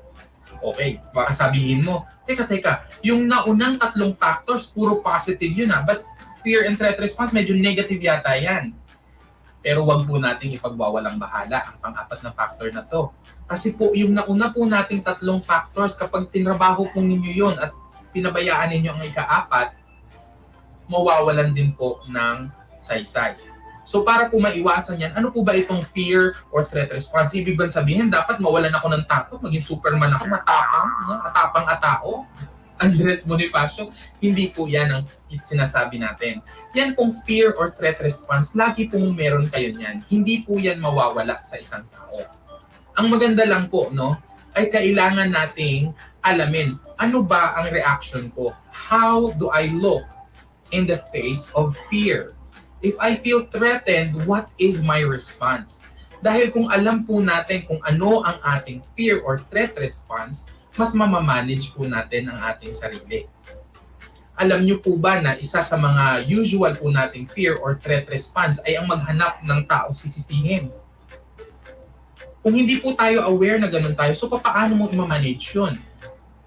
Sa gitna po ng isang change, syempre kung may fear and threat response ka doon, ayaw mo na naninisi ka ng kung sino-sino dahil hindi ka nakaka-adjust ng maayos sa change. Pero kung ikaw ay aware na ang iyong threat response ay ang manisi, sasabihin mo sa sarili mo, okay, I have to stop myself na manisi ng kahit sino because there is no one else in charge of this change aside from me. And only me can make it happen. Kung paniniwalaan niyo po yan at yan po ay itatanim niyo sa inyong isipan, ang lahat po ng effort niyo to improve the first 3 factors, yan po ay ang inyong purpose, inquisitiveness, at ang inyong pong resilience, then you would be very successful in improving your adaptability. So to summarize everything, ang sinasabi po ni Jennifer Jones sa kanya pong talk ay meron daw pong formula ang ating tinatawag na adaptability. And that would be purpose plus inquisitiveness plus resilience divided by threat response. Yan daw po ang formula ng ating adaptability. So sa makatuwid, no, para mas maintindihan natin to, kailangan daw ay i-increase mo ang iyong awareness sa iyong purpose. Kailangan daw ay magkaroon ka ng inquisitiveness at magtanong ka para maunawaan ang mga pagbabago.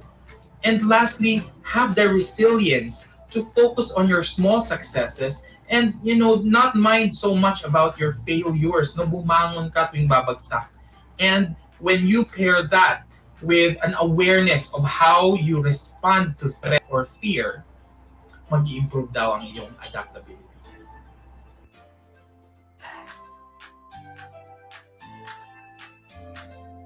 And that pretty much sums up what we have in today's edition of Nuke's Nuke. We hope that you enjoyed that.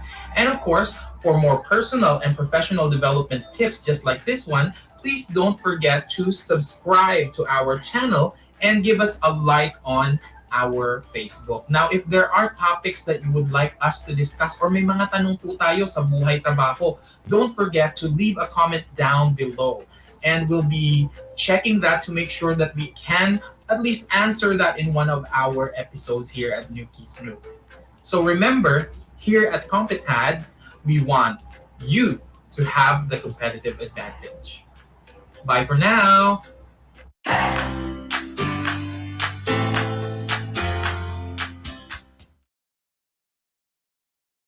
Alright. So ayan po, no? Medyo meron tayong patikim ng atin pong Nuke's Nuke. Medyo mahaba po yung naging discussion, but I think it's really very appropriate for the challenges of our times right now, no? Kailangan nating maging adaptable. So if we can bring back our slides, that would be great para po makita naman po natin kung nasan yung ating discussion. So, sige po, move tayo to the next slide after that. Okay, so we have seen that it's about your adaptability. Purpose, bakit ka ba training facilitator or learning development specialist, no? Ano ba yung mga kailangan mong gawin? Ano bang mga pagbabago ang kailangan mong harapin? Itanong. At you need to have your inquisitiveness.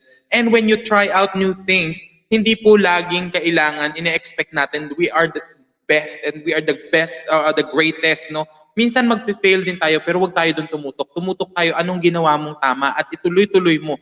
Ay kung saan ka nagkamali, dun ka matuto. No? Nakita ko po isa po sa mga comments ngayon, no? Doon daw po tayo humuhugot ng matututunan natin tuwing nagkakamali tayo. Pero it doesn't mean na magkakamali ka ng paulit-ulit for the same thing, no? You have to learn from every mistake. And of course, if we have a knowledge of how we look when we are fearful, then it will really help us address the challenges of this new time and adjust to the new normal na meron tayo sa learning and development. In our next slide, I have something to share with you, which is perhaps something that will make us realize that there is only one thing really for all of these challenges. Now, so to move forward to our new normal, you need to look forward. Madalas sa atin ginagawa ay tumitingin tayo na, dati kasi ganito yung kung sana katulad na lang ng dati na ganito. The longer that we stay at that kind of mindset, the longer that we prolong our ability or our adjustment to what's the new normal in training and development. So kung ngayon po blended learning ang uso at kinakailangan mong matuto ng marami, look forward. See how it can make you grow. See how this can benefit you and your learners. After all, at the end of the day, it's not about your comfortability. It's about how much information and how much skills you are able to build, share, and develop sa iyo pong mga learners. And I guess that's it from me with our discussion. I think that is the way to go with the new normal. See that this change is an opportunity to learn new skills and that it paves the way for the efficient use of your time at the same time that it provides alternative learning methods that we all can explore. And when we have all of these mindsets in our at hand, no, mas magiging madali po talaga ang ating pag-move on to our new normal in learning and development. And with that, I guess I'm going to end my talk about this particular topic. Ayan, no? So, babalik na po siguro si Miss Rona to share with us some of her thoughts. Yes. Hello, Miss Rona. It was actually a very, very good discussion. Nakakaaliw. I hope maraming natutunan ng ating mga viewers right now. So, for those po na nag-enjoy sa video ni Nuke at gusto pa pong makakita ng additional na videos po coming from our esteemed colleague, maaari niyo pong puntahan ang kanyang YouTube channel, which is Nuke's Nuke. I-display po namin dito po sa ating comment section, yun pong link ng pong kanyang channel para ayan po ay mapanood nyo. So hindi lang po yung video kanina ang mapapanood nyo. Lahat po ng videos ni Nuke, nandiyan po yan. We're commenting it right now in the comment section. Pwede nyo pong ma-check yan. Pwede po kayong pumunta dyan. Nandyan po yung video na pinakita niya kanina. We would like to apologize for the delay in showing the video kasi po dito po sa Uprush kami po ay mga computer lizards. Hindi po kami computer wizard. tagilid po, bagsak po tayo dyan. So yan yung sinasabi ni Nuke na dapat marunong tayo talagang mag-adapt. So medyo nakakaloka ang pag-a-adapt ngayon. I actually can relate to most of what Nuke has mentioned earlier pagdating sa adaptability. This current situation has forced a lot of trainers, a lot of people to really learn new methods, learn new methodologies, learn new platforms, technologies to make sure na tayo po talaga ay makaka-adapt sa new normal. So yan. So simulan na po natin ngayon ang pag-check ng ng questions po ng ating mga kasamahan. Ang unang question po kanina is, given the current situation that we have right now, ano po ang magiging suggestion nyo when it comes to doing post-training evaluation? Post-training evaluation. Well, thank you so much for that question. Kami po, no, ang ginagawa namin sa post-training evaluation, of course, it has to also be virtual. So we make sure that we have a certain page in our website where people can go to and answer the questions from there. No? Doon po sa amin pong mismong website, doon nakalagay na yung question about how they evaluate the facilitator, how they feel that they were able to pick up on the topic, was the discussion points or were the discussion points clear? Yan, lahat nakatanong na yan dyan. And that's only on the reaction level. So I know that if you are a seasoned training facilitator or maybe a training specialist, you might be doing more than just the reactions at the end of the session. So you can also do a post-training evaluations. For any non-skill training na meron po kami, kahit po virtual training yan, we also still have a post-training assessment. And there are two ways that we do this. Kasi yung ibang virtual classes po namin, it's virtual because the facilitator is not in the physical area, pero nasa office naman yung mga nagdi-discussion. So doon, sinaunang style, no, may nagbibigay pa rin kami ng papel. Kasi nga nasa isang classroom lang naman sila. So somebody from the classroom can just give out the printed copy. But if we cannot do that because people are in different places, like for example, our public training sessions, we also have a place in our website where there are questions. Pagkatapos yung questions, sasagutin mo na lang yon, yes or no, or minsan may multiple choices, and then we collate the information. Same as the normal way that we do for our sessions, and then we give feedback to the individuals. If medyo bumagsak sila dun sa kanilang session, what we do is to provide them with a remediation, post-training learning evaluation. Kasi alam ko po medyo nagpaparepeat din tayo no, hanggang take 2 or take 3, especially if these are certification programs for our company. But we make sure that we have a landing page no sa aming website kung saan pupunta na lang sila doon, magla-login sila, lalagay nila yung password nila, pag login nila, makikita nila yung questionnaire doon, ando doon na yung quiz mismo. So that's a very good way to measure learning. And doon sa level naman po ng behavior, of course, we know that most of the time we cannot do this anymore because hindi na natin nakikita sila physically. If there's an opportunity for you to still observe, that is still very good. But if there's none, what I usually do is I want the people to feel that we trust in their personal assessment. So after 3 months, well, which apparently right now it hasn't happened yet, but the plan is that after 3 months, we will send them over a set of questionnaires measuring behavior. Questions, for example, such as, paano mo na-apply yung natutunan mo sa iyong session na ito? Ano yung isa sa mga lessons na natatandaan mo pa 3 months now after you have attended this particular session? So that's where we see if there may have been some behavioral changes. Now, what are some of the instances where you feel you have been able to apply the learning from this particular session? And they would describe to you that particular experience. So maybe it's not numerical, but at least, pagdating naman kasi sa behavior, it doesn't always have to be numerical. We can also measure the impact to behavior in terms of anecdotal results. No? So iyan po ang ginagawa namin sa ngayon. So I hope that answers the question.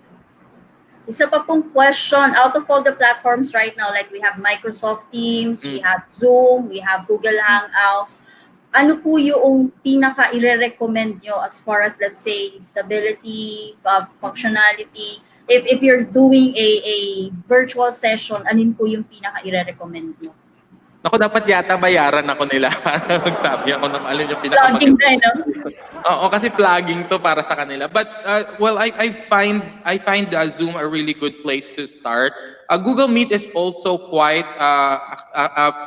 good when it comes to allowing people to provide their responses and real-time interactions.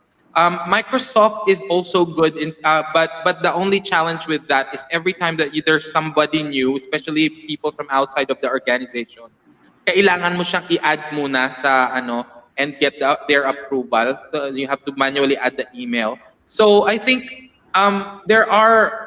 I couldn't say that there's a best one so far in what we have used. Sa stream naman siguro ang disadvantage lang so far na nakikita ko is syempre hindi kasi ako ang nasa control area. So parang you have to have a dedicated person who is controlling the screen. But it's also good because you are able to reach people, you are able to put highlights on specific topics. So each one has its own advantages. Ano ba yung hinahanap talaga ninyo? So far, the easiest one that we've seen is yun nga, sa akin, no, personally lang to, pero hindi ko po sila pinaplug. Kung kayo po yan, assess it first. Sa akin, Zoom and Google Meet po ang medyo madaling gamitin. No? But the others, so far, itong stream ngayon ko lang naranasan. So maybe it's also a good one. I guess Miss Rona would be better. It would be in a better position to say what are the advantages of this particular platform. But those are some of the suggestions that I have. Ikaw, palagay mo, Miss Rona, what would you like to add there? We also do online trainings then. And so far, when it comes to private trainings talaga, we do Zoom. So far, for me, it's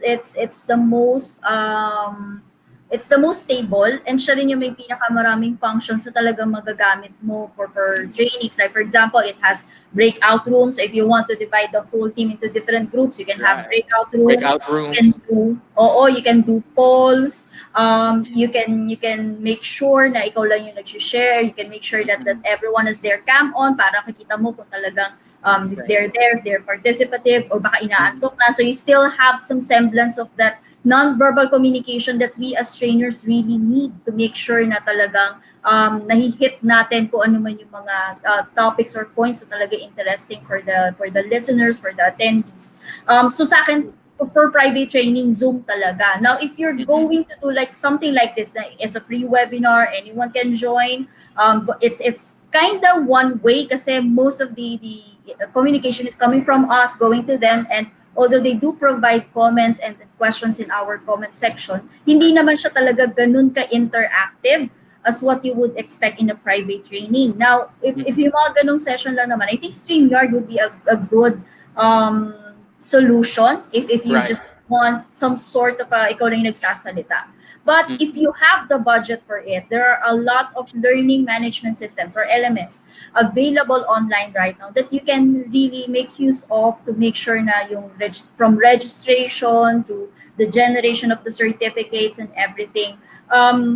You can make use of that kasi yung mga yon it addresses yung admin task that comes also with preparing and then making sure na yung whole training is taken care of from the start up to the end. Kasi pag kayong katulad ng ganito, especially if you're using Zoom, certificates, you have to do it yourself. Okay lang kung kunwari magaling ka mag-mail merge and everything, madali siyang gawin. Pero if you're not familiar with mail merge or if you're dealing with 1,000 attendees, so medyo challenging siya. So you can also have LMS. Actually, may sinabi yung isa doon sa ating mga nag-comment, si Ms. Claradine Marquez, it's better to have technical moderators, which is true. Whether it's a webinar or a face-to-face seminar, it pays to have a training assistant, a technical assistant who can assist you all throughout the training. It's one of the things that hasn't changed even with the current situation, that it cannot be a one-man team. Mahirap siya. I know that there are facilitators who would do a one-man show all the time. And I have nothing against the style, of course. For me personally, kasi as a learning specialist, I'd like to really focus on whether or not I'm able to reach out to the participants and really build that connection with them. Kung nag-iintindi ka pa ng pagtatype, pagpo-forward ng screen, ng slides, you would have less time building that connection with your audience. Yun nga, paano ka titingin dun sa camera? Kung nakatingin ka sa slide. Diba? Imagine niyo po, kung nakatingin po ko sa slide, ganito po itsura ko sa inyo the whole time. Okay, so will I be able to connect to you guys? No? Correct. And that's one of the challenge. Kasi tayo, sanay tayo that we look at the person. Like, right now, I am looking at you, pero if you look at my video, It doesn't seem like I am looking at you kasi, di ba, it's kind of medyo ibang setup eh. Pero yun, totoo yun. There are some people who can do it on their own, but I would recommend that you have people who would support you, assist you during the whole webinar. It doesn't matter what platform you're using, you would still need someone to help you. Pero kung platform at platform lang ang usapan, for me, it's really Zoom. Zoom, hands down ako. There's Google Hangouts, which functions a bit similar to Zoom, pero mas comfortable pa rin ako with Zoom kasi with Google Hangouts, I have experience running a webinar na every now and then, nagla-log out siya. Nawawala, nadidisconnect kami. So it uses up too much time imbis na dire-diretso yung discussion. Ayan. So tingnan po natin. Si Miss Maria Sylvia, may question po siya. Is it okay that the discussion of learning in class be recorded provided that the students gave their consent to their teachers? Naku, touching on data privacy. Data privacy. Ayan, oo. For us kasi, we do make a recording of that. Just for purposes that we want to review the quality of our training programs afterward. As long as you don't have the intention of sharing it outside, siguro naman wala naman tayong binibreach doon na privacy or anything. However, if you want to really be safe, and especially if you're doing it for people who, mga hindi mo naman ka-close yung mga tao, tapos public siya na training, ganyan, and you feel like some of them might have some issues about it, better be safe than sorry. It's part of something that you can put into siguro yung registration point pa lang ng inyong training. Just have something there like a disclaimer at the bottom saying that I am okay with recording the session for reviews and whatever other purposes it may deem so, including the improvement of the training program. So that's probably just something that you can add on to it. No? Kasi Yes, correct. tama naman, Ms. Rona, no? As long as you have the consent of people, it's okay. No? Oo, at disclose naman kung saan siya gagamitin. It's okay. I don't think that would be a problem. So just make sure, tulad nga na sabi ni Nuke, let's just make sure that we inform the attendees or the students na we are recording this. The purpose of for this recording is to make sure for quality evaluation. And if ever you do need a copy in the future, you can also request for it. Wala namang problem. Right. Okay, so our next question is from Sir Jomar Malani. With the current pandemic, have you tried conducting an online team building, and how effective is it? Well, we are planning an online team building, but we haven't really conducted it per se. So, but with the online team building, kasi the setup that we have with our partner client is parang ayan yung lahat sila nasa isang place pa rin anyway, and ako lang yung naka virtual. So I think it wouldn't have as much as an impact as what you're asking for. We're probably thinking of an online team building where everybody is really separate. I think with an online team building like that, what's really important is you think of activities that will be able to engage in terms of conversations. Having the opportunity for everyone to share their piece, get to know each other, no? Marami naman tayong games na pwedeng gawin para dyan to spice things up. And again, if you're using platforms such as Zoom, you have your breakout rooms as well to make group presentations, make it fun. Maybe you can have them sing during yung session natin, or maybe 5 at a time. Or there are a lot of ways that you can do that. In terms of the effectivity, remember that the team building session naman, whether it's physical or right now we're limited by physical contact, so it's non-physical. The point is, how do you make sure that people get the connection? So as a facilitator, it's your job to come up with ingenious activities that will allow them to have that opportunity, even if they're not seeing each other face to face and they're seeing each other through a screen. No, pwede pa rin naman yun. So I think effectiveness, no questions, it can be effective. It's just dependent on how you will program it and what activities you will prepare.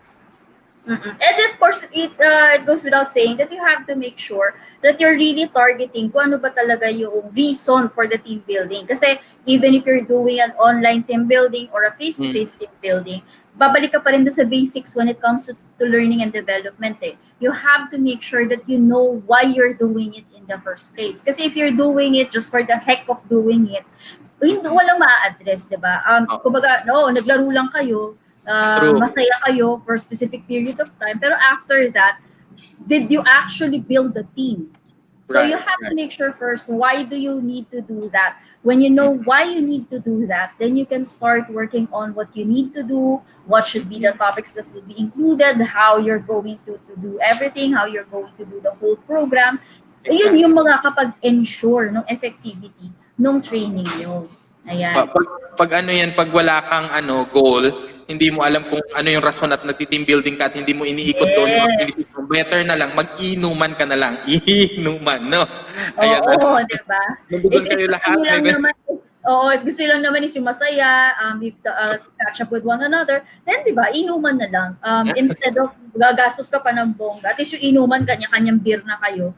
True. Pero di ba, when it comes to learning and development, there's always that ano ba yung reason? Kaya nga tayo meron training needs analysis eh. Kaya ngayon palagi ang ating first step, the analysis.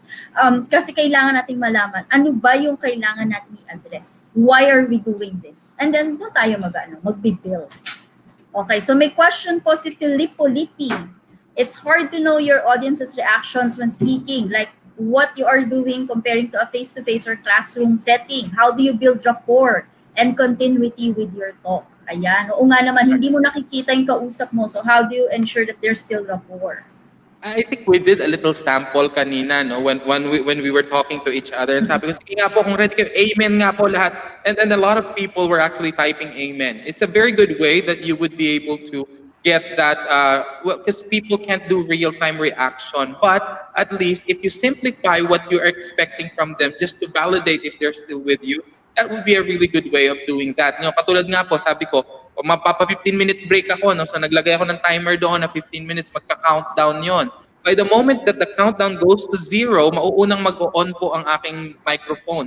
And then the first thing I would say, okay guys, so we're back, 15 minutes is over, but I'd like to know if you are already there and ready for the next part of our session. Simply type, I'm here if you're already here and ready for our session. And most of the time, dahil lang, simple lang naman ang i-type ang I'm here, di ba? So makakakuha po tayo ng small reactions coming from them. And I make sure that it also feels like it's almost the same as a regular class. So kung sa classroom, no, okay, participant A, could you please read the first item on the slide?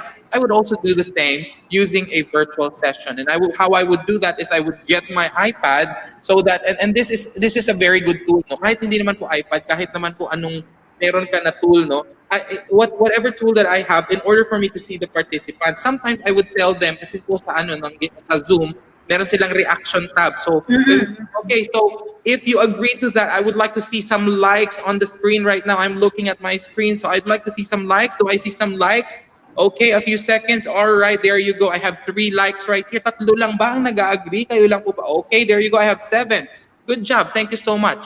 So that's one way that I engage them. And at the same time, sabi ko nga kanina, binabalik-balikan natin. Kahit halimbawa, nagtanong ka ngayon, at dahil mabagal siyang mag-chat, naka-move on ka na sa 3 slides forward, pagkatapos saka pa lang niya napindot yung enter dun sa kanyang babalikan ko po yun. And I would say, okay, so by the way, may sinabi pala si Paulo kanina dun sa ating discussion about blah, blah, blah. He said blah, blah, blah, blah, blah, blah, blah. I would read it off for them. So thank you. That's a really good insight. Okay, so let's move to what we have on our screen. So that way they feel that all the interaction that they're giving, no, they're giving their best to interact with you despite the limitation.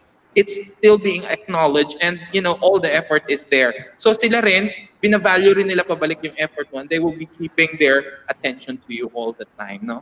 Ayan. Agree. And siguro it helps them also that if in face-to-face webinars yung energy mo nandoon, even in virtual in webinars like this, if you're having a Zoom team building, let's say, the energy should still be there, and it should be really yung kitang-kita sa boses mo kasi it helps hindi ka nakikita, let's say lalo na kung naka-off yung mga camera, if you want them to focus on the slides, ang magdadala talaga nun is yung energy mo. If ikaw yung tipo ng trainer na para ka lang nagbabasa ng slides and walang energy, masyadong drab yung dating ng presentation mo, then you most likely lose, di ba? Yung rapport mo, you won't be able to build rapport. So you also need to make sure that your energy is talagang palpable. It's really something that can be felt by all of your audience. Napaka-importante din nun. Absolutely. Okay. Yes, and next question po from Miss Cheska Dakuma. What strategies can we do to effectively provide learning exercises through online? Ayan, learning exercises po siya. Learning exercises online.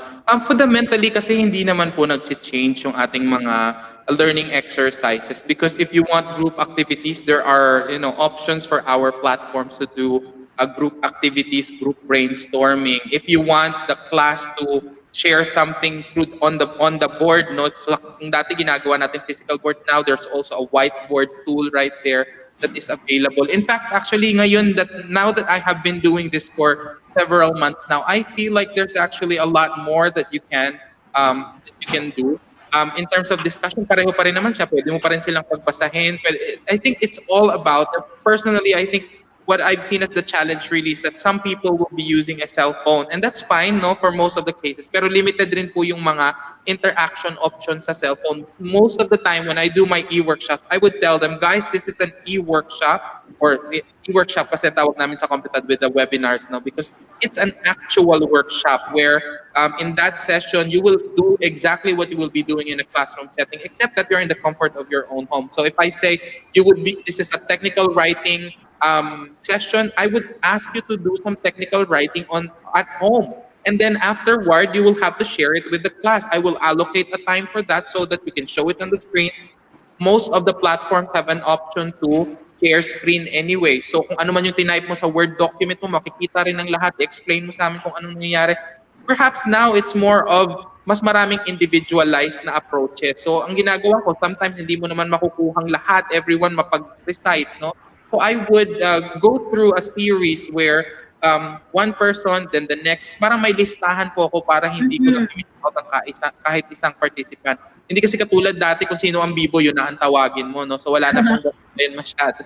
Wala masyadong bumibibo dahil hindi naman pwedeng sabay-sabay nakabukas ang microphone. So go through them in a round robin form of sort of fashion so that everyone will have the opportunity to do the sharing session. Sometimes round robin siya pero medyo sinajumble-jumble ko rin kasi minsan pag may predictability sila naman yung magsi-CR muna ako, hindi Ay, naman ako, oo.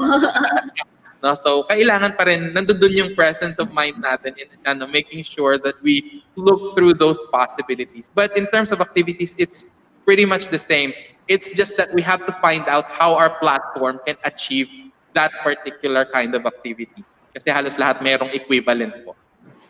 Correct. Agree. So from Mr. Edgardo Galindez, is the use of virtual background appropriate in webinars? It can be distracting lalo na kung maganda ang view. Oo naman po. No, me personally, I have a virtual background. Apparently, it didn't work today. Good thing is I have a blue screen behind me, so it still doesn't look as bad. But it makes you look more professional. And the thing is, yung naalala niyo po yung reporter na nag-away ang kanyang pusa sa likod niya, no? Hindi po mangyayari sa inyo yun.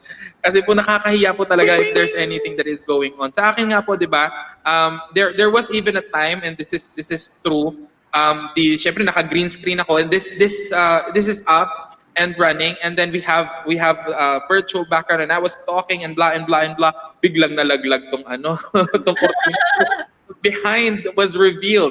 So in those times, wag po tayo magpanic. You just have to turn off your camera quickly and continuously talk, no?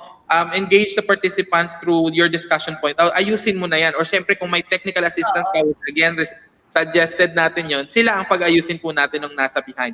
A virtual background will allow you to not only control the environment behind you and avoid any kind of distraction, but it also looks more professional because especially kung maganda naman yung equipment natin. The only time that I wouldn't suggest a virtual background is kung ang atin pong computer is siguro yung 2 gig lang yung RAM mo, ganyan. Hindi na kaya.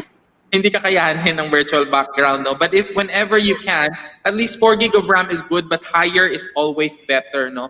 But if you have that, try it would work. Kasi minsan din distracting yung halimbawa nag-hand gestures ka tapos yung mga may mga naiiwan na bumubuka-buka yung background mo, nakikita ng pakonti-konti because your processor isn't fast enough. So again, maybe to wrap that up, make sure you have at least 4 gig of RAM or higher and then test it out. See if your motion will not be reflecting. Kapag hindi, go select a virtual background and a professional one, of course. Usually for me, it's just a blue backdrop with the logo of our company on the upper right, and it works. And sometimes I would put my name on this side also. I would put the logo of the company here, and I would put my name here and my designation here. So people would not be wondering, sino ulit ito? Kahit sa middle na po sila ng session na nag. Yeah. Nahiya tuloy bigla yung background ko. I have a very floral background. Hindi siya ganun ka-professional. Ayan, floral na floral. Pero yun nga, I would agree with Nuke that if you're doing a webinar, if it's a private training, the best way to go about it is to have either a plain background or if you can have a virtual background that's professional looking. Kasi kung kunwari may virtual background ka nga pero ang virtual background mo naman is beach. Tapos you're talking about, let's say, performance management. Baka yung mga attendees mo, mas naiengganyo sila doon sa beach kesa doon sa topic, di ba? So make sure lang na, and if you're like us who are conducting trainings every now and then, it's also a good way to market your products and your services and to build yung ano nila, yung pagkakatanda nila dun sa inyong brand and sa inyong logo. You can use your background to market all of that. Absolutely. Ayan. So si JB po ang tanong niya, how effective is micro-learning as part of L&D strategy? Lalo na ngayon na maraming nauusong micro-learning. Mm-hmm. Micro-learning, these are 15 minutes or less sometimes that are learning session. Siguro po panoorin niyo po yung Nuke, puro po micro-learning yung. Tingnan niyo po kung may mapupulot tayo pa isa-isa and mami-measure natin. There is nothing yet for me na nakikita kong proven na strategy, no, but learning is learning however small it is.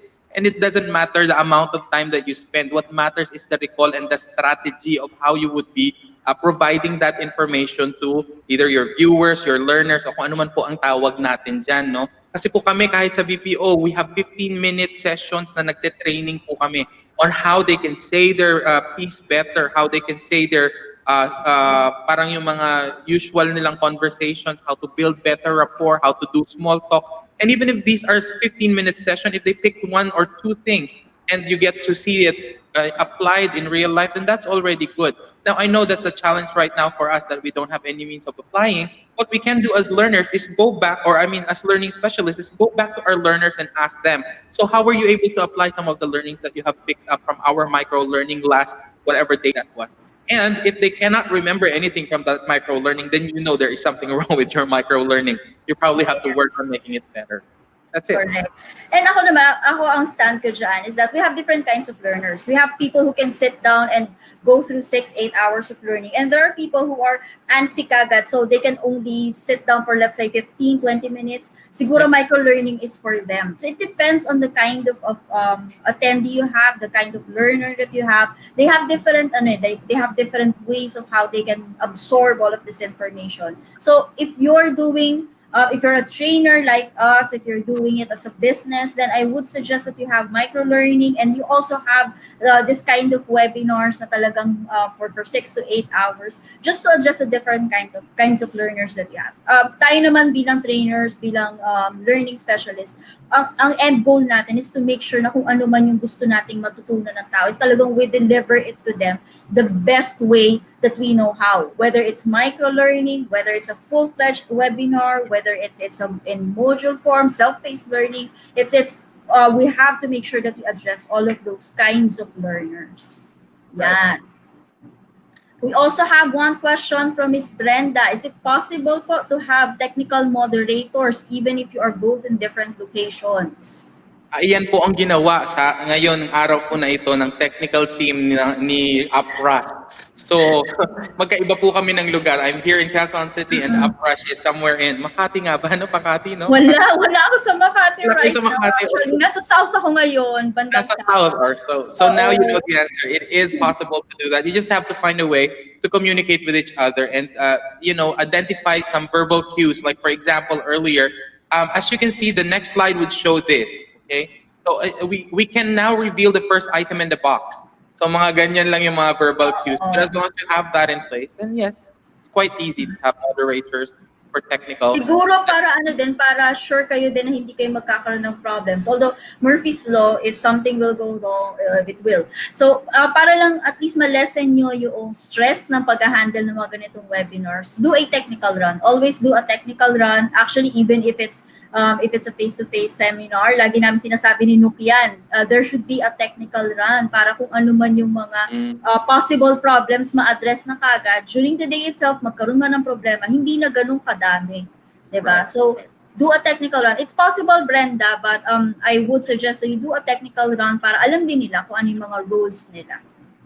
Okay, so how will you handle hands-on training through virtual which involve electrical energization? Ay, ito ang mga forte nila Nuke.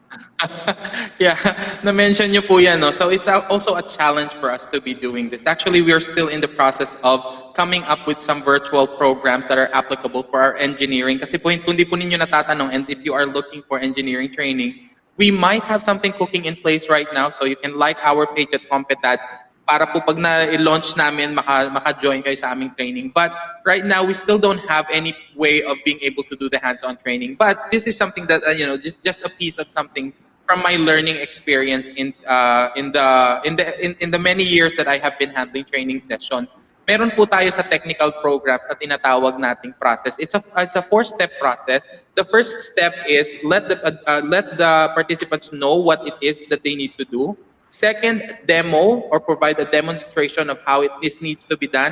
Third, let them do it themselves. And then fourth is to check what they have done or supervise them while they are doing it. So hindi naman po imposibleng magawa siya in the virtual setup. So first thing is you can still pass on the knowledge to them by talking to them over the internet, no, sa harapan ng camera. Pagkatapos you do the demonstration. So you have 2 ways of doing it, either showing them a multimedia video or maybe doing an actual hands-on in front of your camera. Somebody should be, doing the shoot, no, para mapuntahan yung tamang mga angulo while the technical training is ongoing. And then after that, have the person do it on their end, and then just identify if they have done it right, no? Pwedeng ipapakita nila sa video para makita nila kung ano. But these are still some challenges that we are facing because there are equipment, no, lalo pa sa engineering natin na sobrang lalaki nila, hindi natin ma-move. So hindi mo alam kung paano mo pwedeng i-video pa mula dun sa iyong mula sa iyong mga participants. Pero siguro what can be done is gawin nila on their own, just make sure that we provide them, kasi training ito, so ang mahirap doon yung safety aspect kasi nung training, kaya yun pa rin yung medyo stamp pa rin kami with the safety aspect. But if it's a low risk kind of technical training, pwede naman po ninyo sabihin, okay, so na-demo na, I'll give you 15 minutes, do it, and then after you do it, sige, check natin yung nagawa ninyo. Pwede naman pong ganun. Otherwise, kung masyadong high risk, kasi hindi pwedeng ibaklas yung electrical equipment mula po dun sa pagkakalagay niya dun sa area natin ng workplace, siguro po yun po, that's something that is still open for a validation if we can do a training that is virtual for these kinds of skills. But that's a really, really good and interesting question, no? Ayan. Actually, Mr. I think Sindel Cabusora, meron siya narinig kanina na mention mo ata. Learning is learning no matter how small it is, which is very true. Tayo kasi usually pag sinabi natin learning, iniisip natin may facilitator, attendees, etc. Learning, that's not the only way how learning can take place. There are many ways that learning can take place. It can be through coaching or mentoring, one-on-one sessions, self-paced learning, when you read books, all of these are forms of learning and development. So learning is learning no matter how small. Yan. So tanong po ni Sir Edison Andamo, how long should an e-session Sir Edison, kumusta na po kayo? No? Kasama rin po natin yung sa Philippines HR Group si Sir. No? Ay, nice! Ayan, so gano'n daw po ba katagal dapat ang isang e-session? Ano sa tingin mo po? Ang isang e-session po is dependent po sa topic, hindi naman po with the fact that it's an e-session doesn't mean that it has to have a fixed amount of time. So, for example, like for me, we covered technical writing, and because we know that this is a topic where, if you've been doing it for 8 hours and then you're alone, there's nobody to interact with in the room, pero virtual lang yung interaction ninyo, it could be really tiring. So we've decided to splice it into 4 days, so 4 hours per day. But in between that, we usually have breaks, no? We have 15-minute break like the usual normal way of doing it. Kasi pag morning and then evening, baka draining. But that's still possible if you're catching up on time. You just have to make sure that you develop more strategies or different ways of engaging your participants para hindi bumababa yung energy nila. No, ang siguro ako ang gagawin kong basis para ma-address 'yan is yung tinatawag nating ultradian rhythms. Ibig sabihin lang po niya no, ang body clock daw po ng tao, nagwo-work daw 'yan na parang every 2 hours and 40 something minutes if I'm not mistaken, bumababa yung performance level for at least around 20 minutes. So may gap ng 20 minutes. So incorporate that in your training program, especially if you're going to have prolonged periods. Make sure that after your 2.5 hours, you give them something like a breakout session, an unfreezing activity, something that would keep their mind out of that topic muna para makapag-refresh sila. And then after 15 or 20 minutes, get back to it. You can once again go heavy and, mas, kumbaga, mas punong-puno ang hitik na hitik ang inyong Oo. balitaktakan. Balitaktakan Yes. talaga, no? Ang lalim. Ayan. Okay, si Cinda po, sabi niya, does a technical moderator need to be an IT expert? Hindi po. As long as familiar po sila doon sa kung ano man po Oo. yung platform na gagamitin nyo, po pwede po silang tumulong sa technical moderator. It would be up to you naman kung sino yung gusto maging technical moderator. Someone who can help you with the technical aspects, making sure that the video plays with sound, parang kanina. So whenever yun yung mga kailangan nyo. But of course, Let me quote yung sinabi mo kanina. siguro sasabihin ko rin doon sa mga nag-handle ng especially yung mga one-man team o kaya yung mga maliliit na teams. Don't be too hard on yourself naman. Kasi di ba sabi nga natin, sometimes kahit na gano'n ka prepared, something will still go wrong. So don't be too hard on yourself also. Sorry, no, meron ka sinasabi. And if I can quote what you said earlier, kayo dyan sa Apras, you are IT lizards, hindi IT wizards. So true, you can be an Yes. IT lizard and be a technical moderator. You don't have to be, an absolute expert. Kami nga po dito, kailan lang din namin natutunan, no? The only thing that you have to do is really practice it. Believe it or not, in the first few days of the pandemic, what we were doing as a team is just setting up, yung mismong studio setup namin, and then we'll run a session. I will pretend like I'm running a session. I will come up with different activities. Pagkatapos yung mga activities na niraran ko, pinapractice lang kung para mag-get used to lang yung aming technicians sa kung paano kailan mag-move ng slide, kailan pipindutin yung tamang lugar, kailan papatayin yung screen. So all of these things are things that you can perform well through practice, no? So no need to be an expert, because even if you're an expert, if you are not practicing, wala kayong synchronous na Oo. understanding of each other, wala pa rin, no? So doon po. Correct. Si Miss Rochelle, meron siyang feedback. Miss Rochelle is, I think, one of the mga regulars natin sa mga webinars. The problem for the moderators is that they do not have an efficient virtual setup to convey their messages clearly. Minsan di naiintindihan yung mga sinasabi nila kasi di maliwanag ang audio. Actually, if you're doing a webinar, and this was something that I haven't planned before, but if you're doing a webinar, para ka na rin nagbablog. So you have to be ready with lighting, you have to be ready with microphone, you have to be ready with all of these things na before the pandemic, trainers are not really worried about. But right now, you have to be ready with all of those things to make sure that hindi ka magkakaproblema with audio, hindi ka magkakaproblema with the presentation, with the lighting, etc. Yan, lahat yan kailangan pag-isipan. Ayan, like Nuke right now, actually before we started this webinar, I was talking to him about the condenser that he's using and the lighting kasi 'di ba Nuke, I would assume that you would agree na 'di ba in the past hindi natin hindi natin ito iniisip. Ang iniisip natin saan ang venue, saan ang magandang venue, saan ang murang venue, saan yung malaki na kaya yung X number of people. But right now hindi na yan yung natin, yung concerns natin, 'di ba?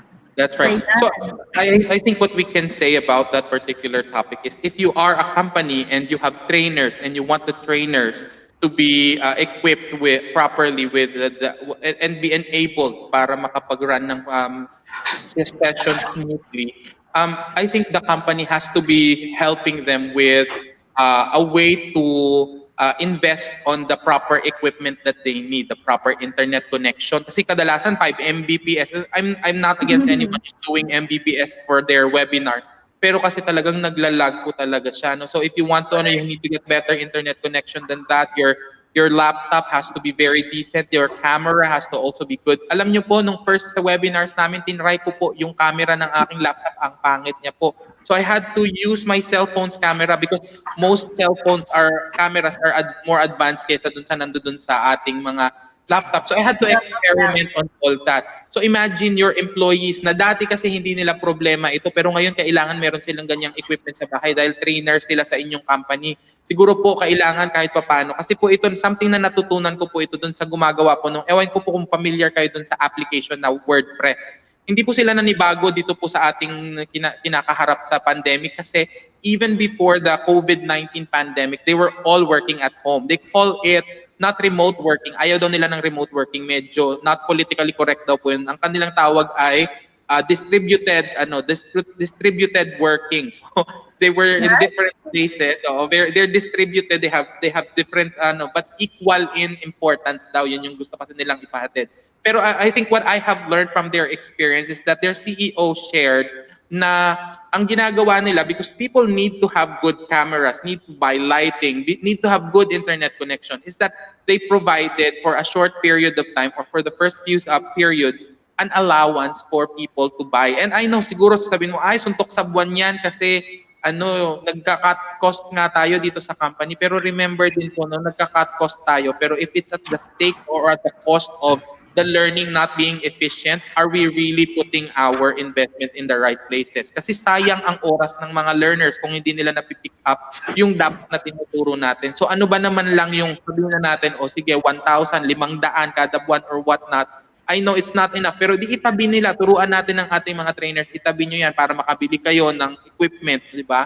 And for those trainers din kasi, you also have to have the mindset na you want to do your job the best way that you can. Hindi ka naman, kung wala talagang kayang ibigay yung company mo na, dole out para sa'yo, para bumili ng equipment, ikaw na mismo magtabi. Kasi ibig sabihin, kung ikaw ay ilan dun sa mga trainers na may trabaho pa rin ngayon, maging thankful ka. At dahil thankful ka, mag-invest ka sa sarili mo para mas may matutunan sa'yo ang mga learners mo. I-upgrade mo ang internet connection mo. Sorry, mapapagastos ka, oo. Pero isipin mo, nakatipid ka naman ng pamasahe, di ba? Hindi ka na namamasahe ngayon.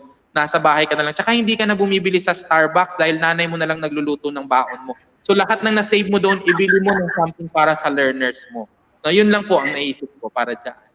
Yes, correct. Agree. So si Todd that Relato, may question siya, is TPR or total physical response really important for the new normal learning nowadays? Okay, total physical response. Siguro hindi ako ganun ka-familiar dito sa concept na ito, no? Is this referring to the kinesthetic learners, Ms. Rona? I think it's for the kinesthetic learners, or most likely yung mga non-verbal responses. So I think it's either for that. I think that's what we're saying there, no? I think total physical response is there. Is it really important? Yes, it is still important. But at this time, if we have limited communication, I think it's more important for the person who is relaying the information. No, kasi mas malaki yung amount of information na ibinibigay mo dun sa iyong audience kaysa sa amount of information na kailangan mong i-take from your audience. So I think yes, it's still important, but in the urgent in the current scenario where we may have limited of physical responses or non-verbal gestures, I think we make do with what we have and we maximize what we can. Para nga pong kami sa call center, no, sabi nga, dahil kausap mo lang sila sa telepono at hindi nila nakikita ang mukha mo, dapat kahit na hindi sila nakatingin sa'yo at hindi sila nakikita, i-imagine nilang ngumingiti ka sa boses mo pa lang. And how will you be able to do that, diba? So, yun yung, I think that's how we can answer that. Okay, so we have a few more questions. Ubusin lang po muna natin. Sabi ni Ms. Cheska Dakuma, how could we manage discussion from being lively to funny? Ayan, paano raw po ba? Ang intention po ba natin ay maging lively o maging funny? So if it's from being lively to being funny, do we want to be funny? It's probably a question of personality because there are some trainers who are naturally funny. And if you're not a funny trainer, you just want to be lively, there are a lot of strategies to be lively. Being funny requires some gift, some skills that probably not part of the list of things that the trainer really needs to have. If you want to be funny, then probably that's a skill set that you can find by checking stand-up comedians and seeing what works for them, and then incorporating it in your training afterward. But that's actually a level up, not something that is required of a trainer. Just be lively through the activities that you have. Know proper facilitation skills. Ask questions. Know how you can engage them. Know what works and find out.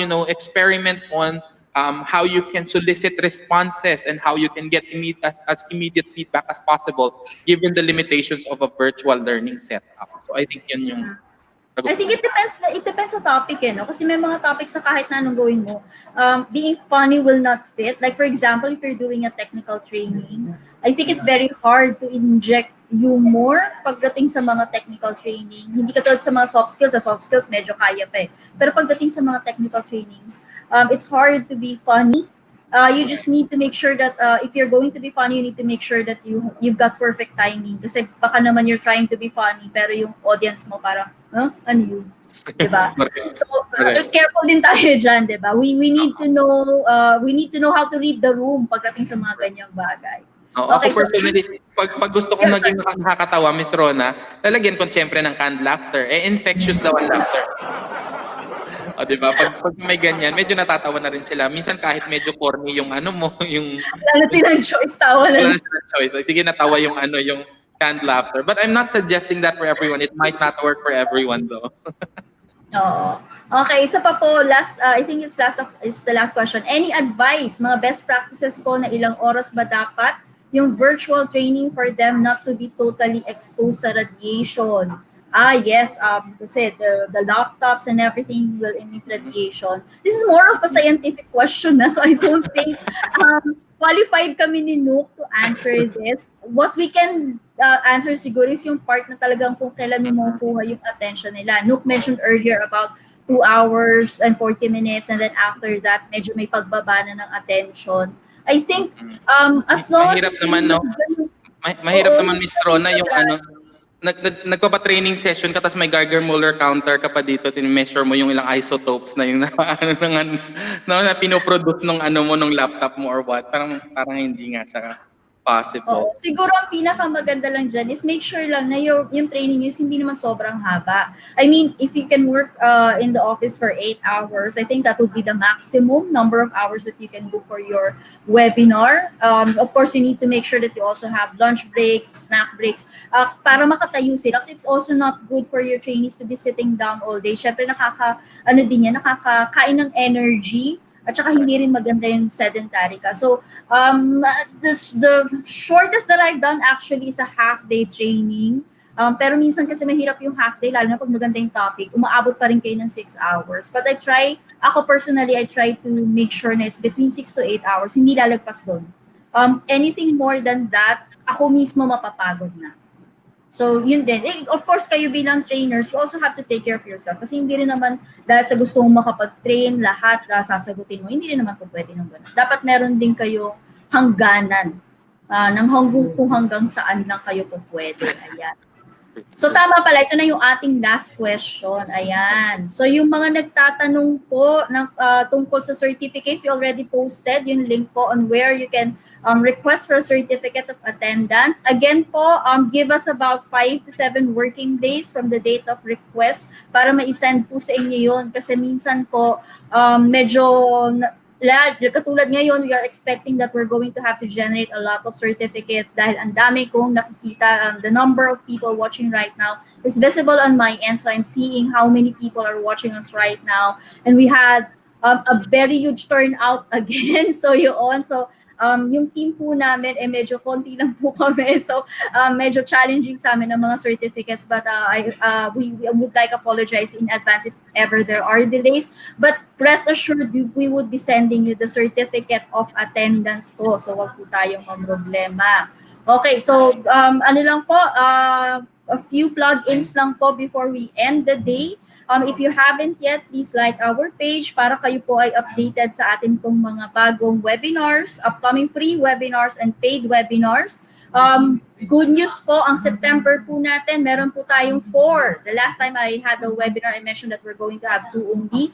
But good news po, 4 webinars, free webinars again for September. We will be focusing on the role of technology in allowing HR to better face the pandemic. So watch out po kayo dyan.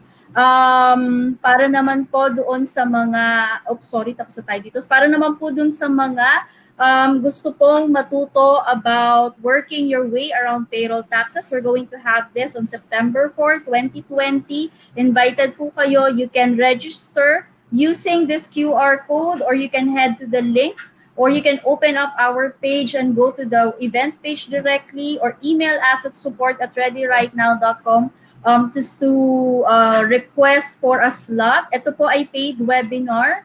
It's 560 pesos. Mura lang po siya. Tuturuan ko po kayo on how you're going to manage income tax, withholding tax, fringe benefit tax, and all the other taxes that has to do with compensation. Ayan po. And then of course, ito na po ang hinihintay ng lahat.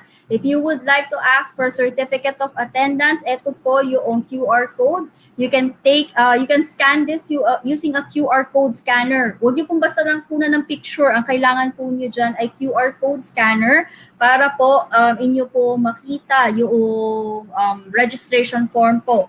We would be posting this again later. So if yung link po na nakikita nyo right now is not working, we'll post another one later. Visit lang po kayo maya-maya. Siguro allow my team about 15 to 20 minutes to post again the link para makapag-register po kayo dito po sa ating, para makapag-request po kayo ng inyo pong certificate of attendance. Ayan. We have also posted the link of Competad. We're supposed to show a video of Competad, kaya lang nahihirapan i-load yung video, medyo mabigat siya. So, but we have posted the link of Competad in our comment section.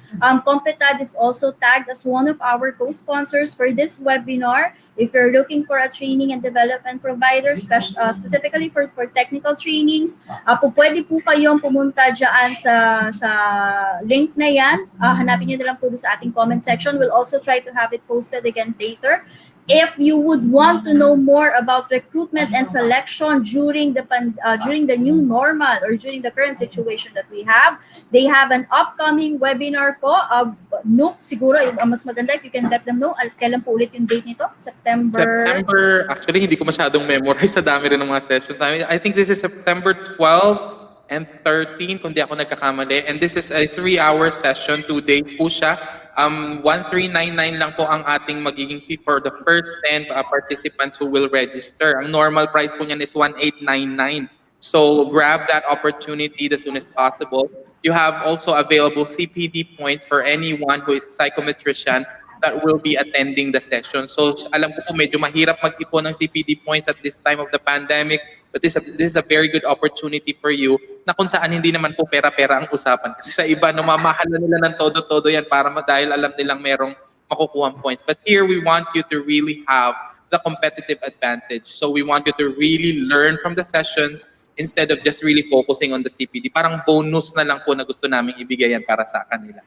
Ayan yes po. So ayan po. So yung mga po diyan nag-aantay po ng kung paano nila ma-upskill ang kanilang sarili pagdating po sa recruitment. I would recommend that you attend the webinar from Competad, Recruitment and Selection po.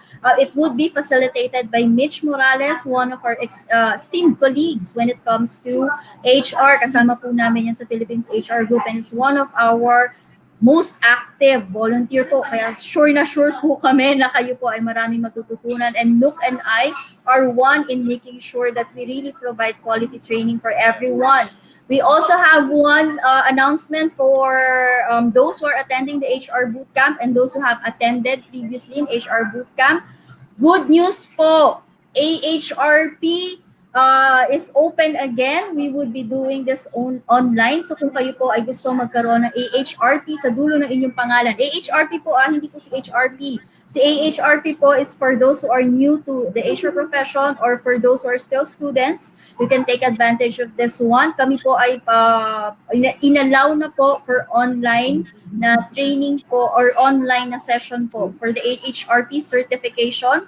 per past attendees of HR Bootcamp na naghihintay po ng schedule ng AHRP, will get in touch with you within the next few days para po sa schedule na kung kailan po kayo makaka-attend po ng ating online certification. So for those who are attending HR Bootcamp Batch 13, yes po, kasama na po kayo dyan. Pwede po kayong mag-apply po for AHRP certification. Just send us an email. We'll let you know kung ano po yung process. For those requesting po ng additional webinars, yes, meron po tayo ng September. Check nyo lang po yung webpage natin. Yung mga comments nyo po about the topics that you would like to have, we have data privacy, rewards and recognition. We'll look into all of that and we'll see if we can have those as future free webinar topics. But if not po, you can still attend our paid webinars. Hindi po yan ganun kamahal. Napakamura po ng ating mga webinars right now. Kasi naman po, online naman po ito. So wala naman po tayong problema. Okay? Right. So I think we have reached the end of the line. Webinar for Managerial Enhancement. Sige po, maraming salamat. Miss or Mr. Farid Akunanan. Consider po namin yan. I think we have reached the end of the line. And I think yung iba po nating mga nanonood po ay kailangan na pong mag-lunch, ay mag-dinner break. Okay, so maraming salamat po everyone for attending our webinar today. Nuke, thank you so much for spending your 2 hours with us. Thank you for letting our viewers learn more about how they can handle learning and development, especially with the current situation, and how they can face the new normal in a better way and upskill themselves as learning and development specialists and professionals. So thank you everyone. Thank you. Thank you for having me as well. Thank you for having me as well, and really appreciate the very interactive session. Even if you have a limited way of talking to me and Rona, you are really doing your best so that you can send through your information, your messages, and you communicate with us. So thank you so much, guys, for spending your 2 hours with us, with me and Rona, and continue to support Uprush and Competad. Ayan, maraming salamat po. Again, meron po tayo next Saturday. So kita-kita na lang po ulit tayo next Saturday. On Monday, we also have our roundtable discussion regarding employee engagement. So if you would like to attend that live webinar po ulit yan, meron po tayong 4 na panelists who would be discussing how employee engagement can be done, especially given that most of us are working from home. Again, thank you everyone for watching with us. Have a great day and we hope to see you either on Monday or next Saturday po. Bye everyone!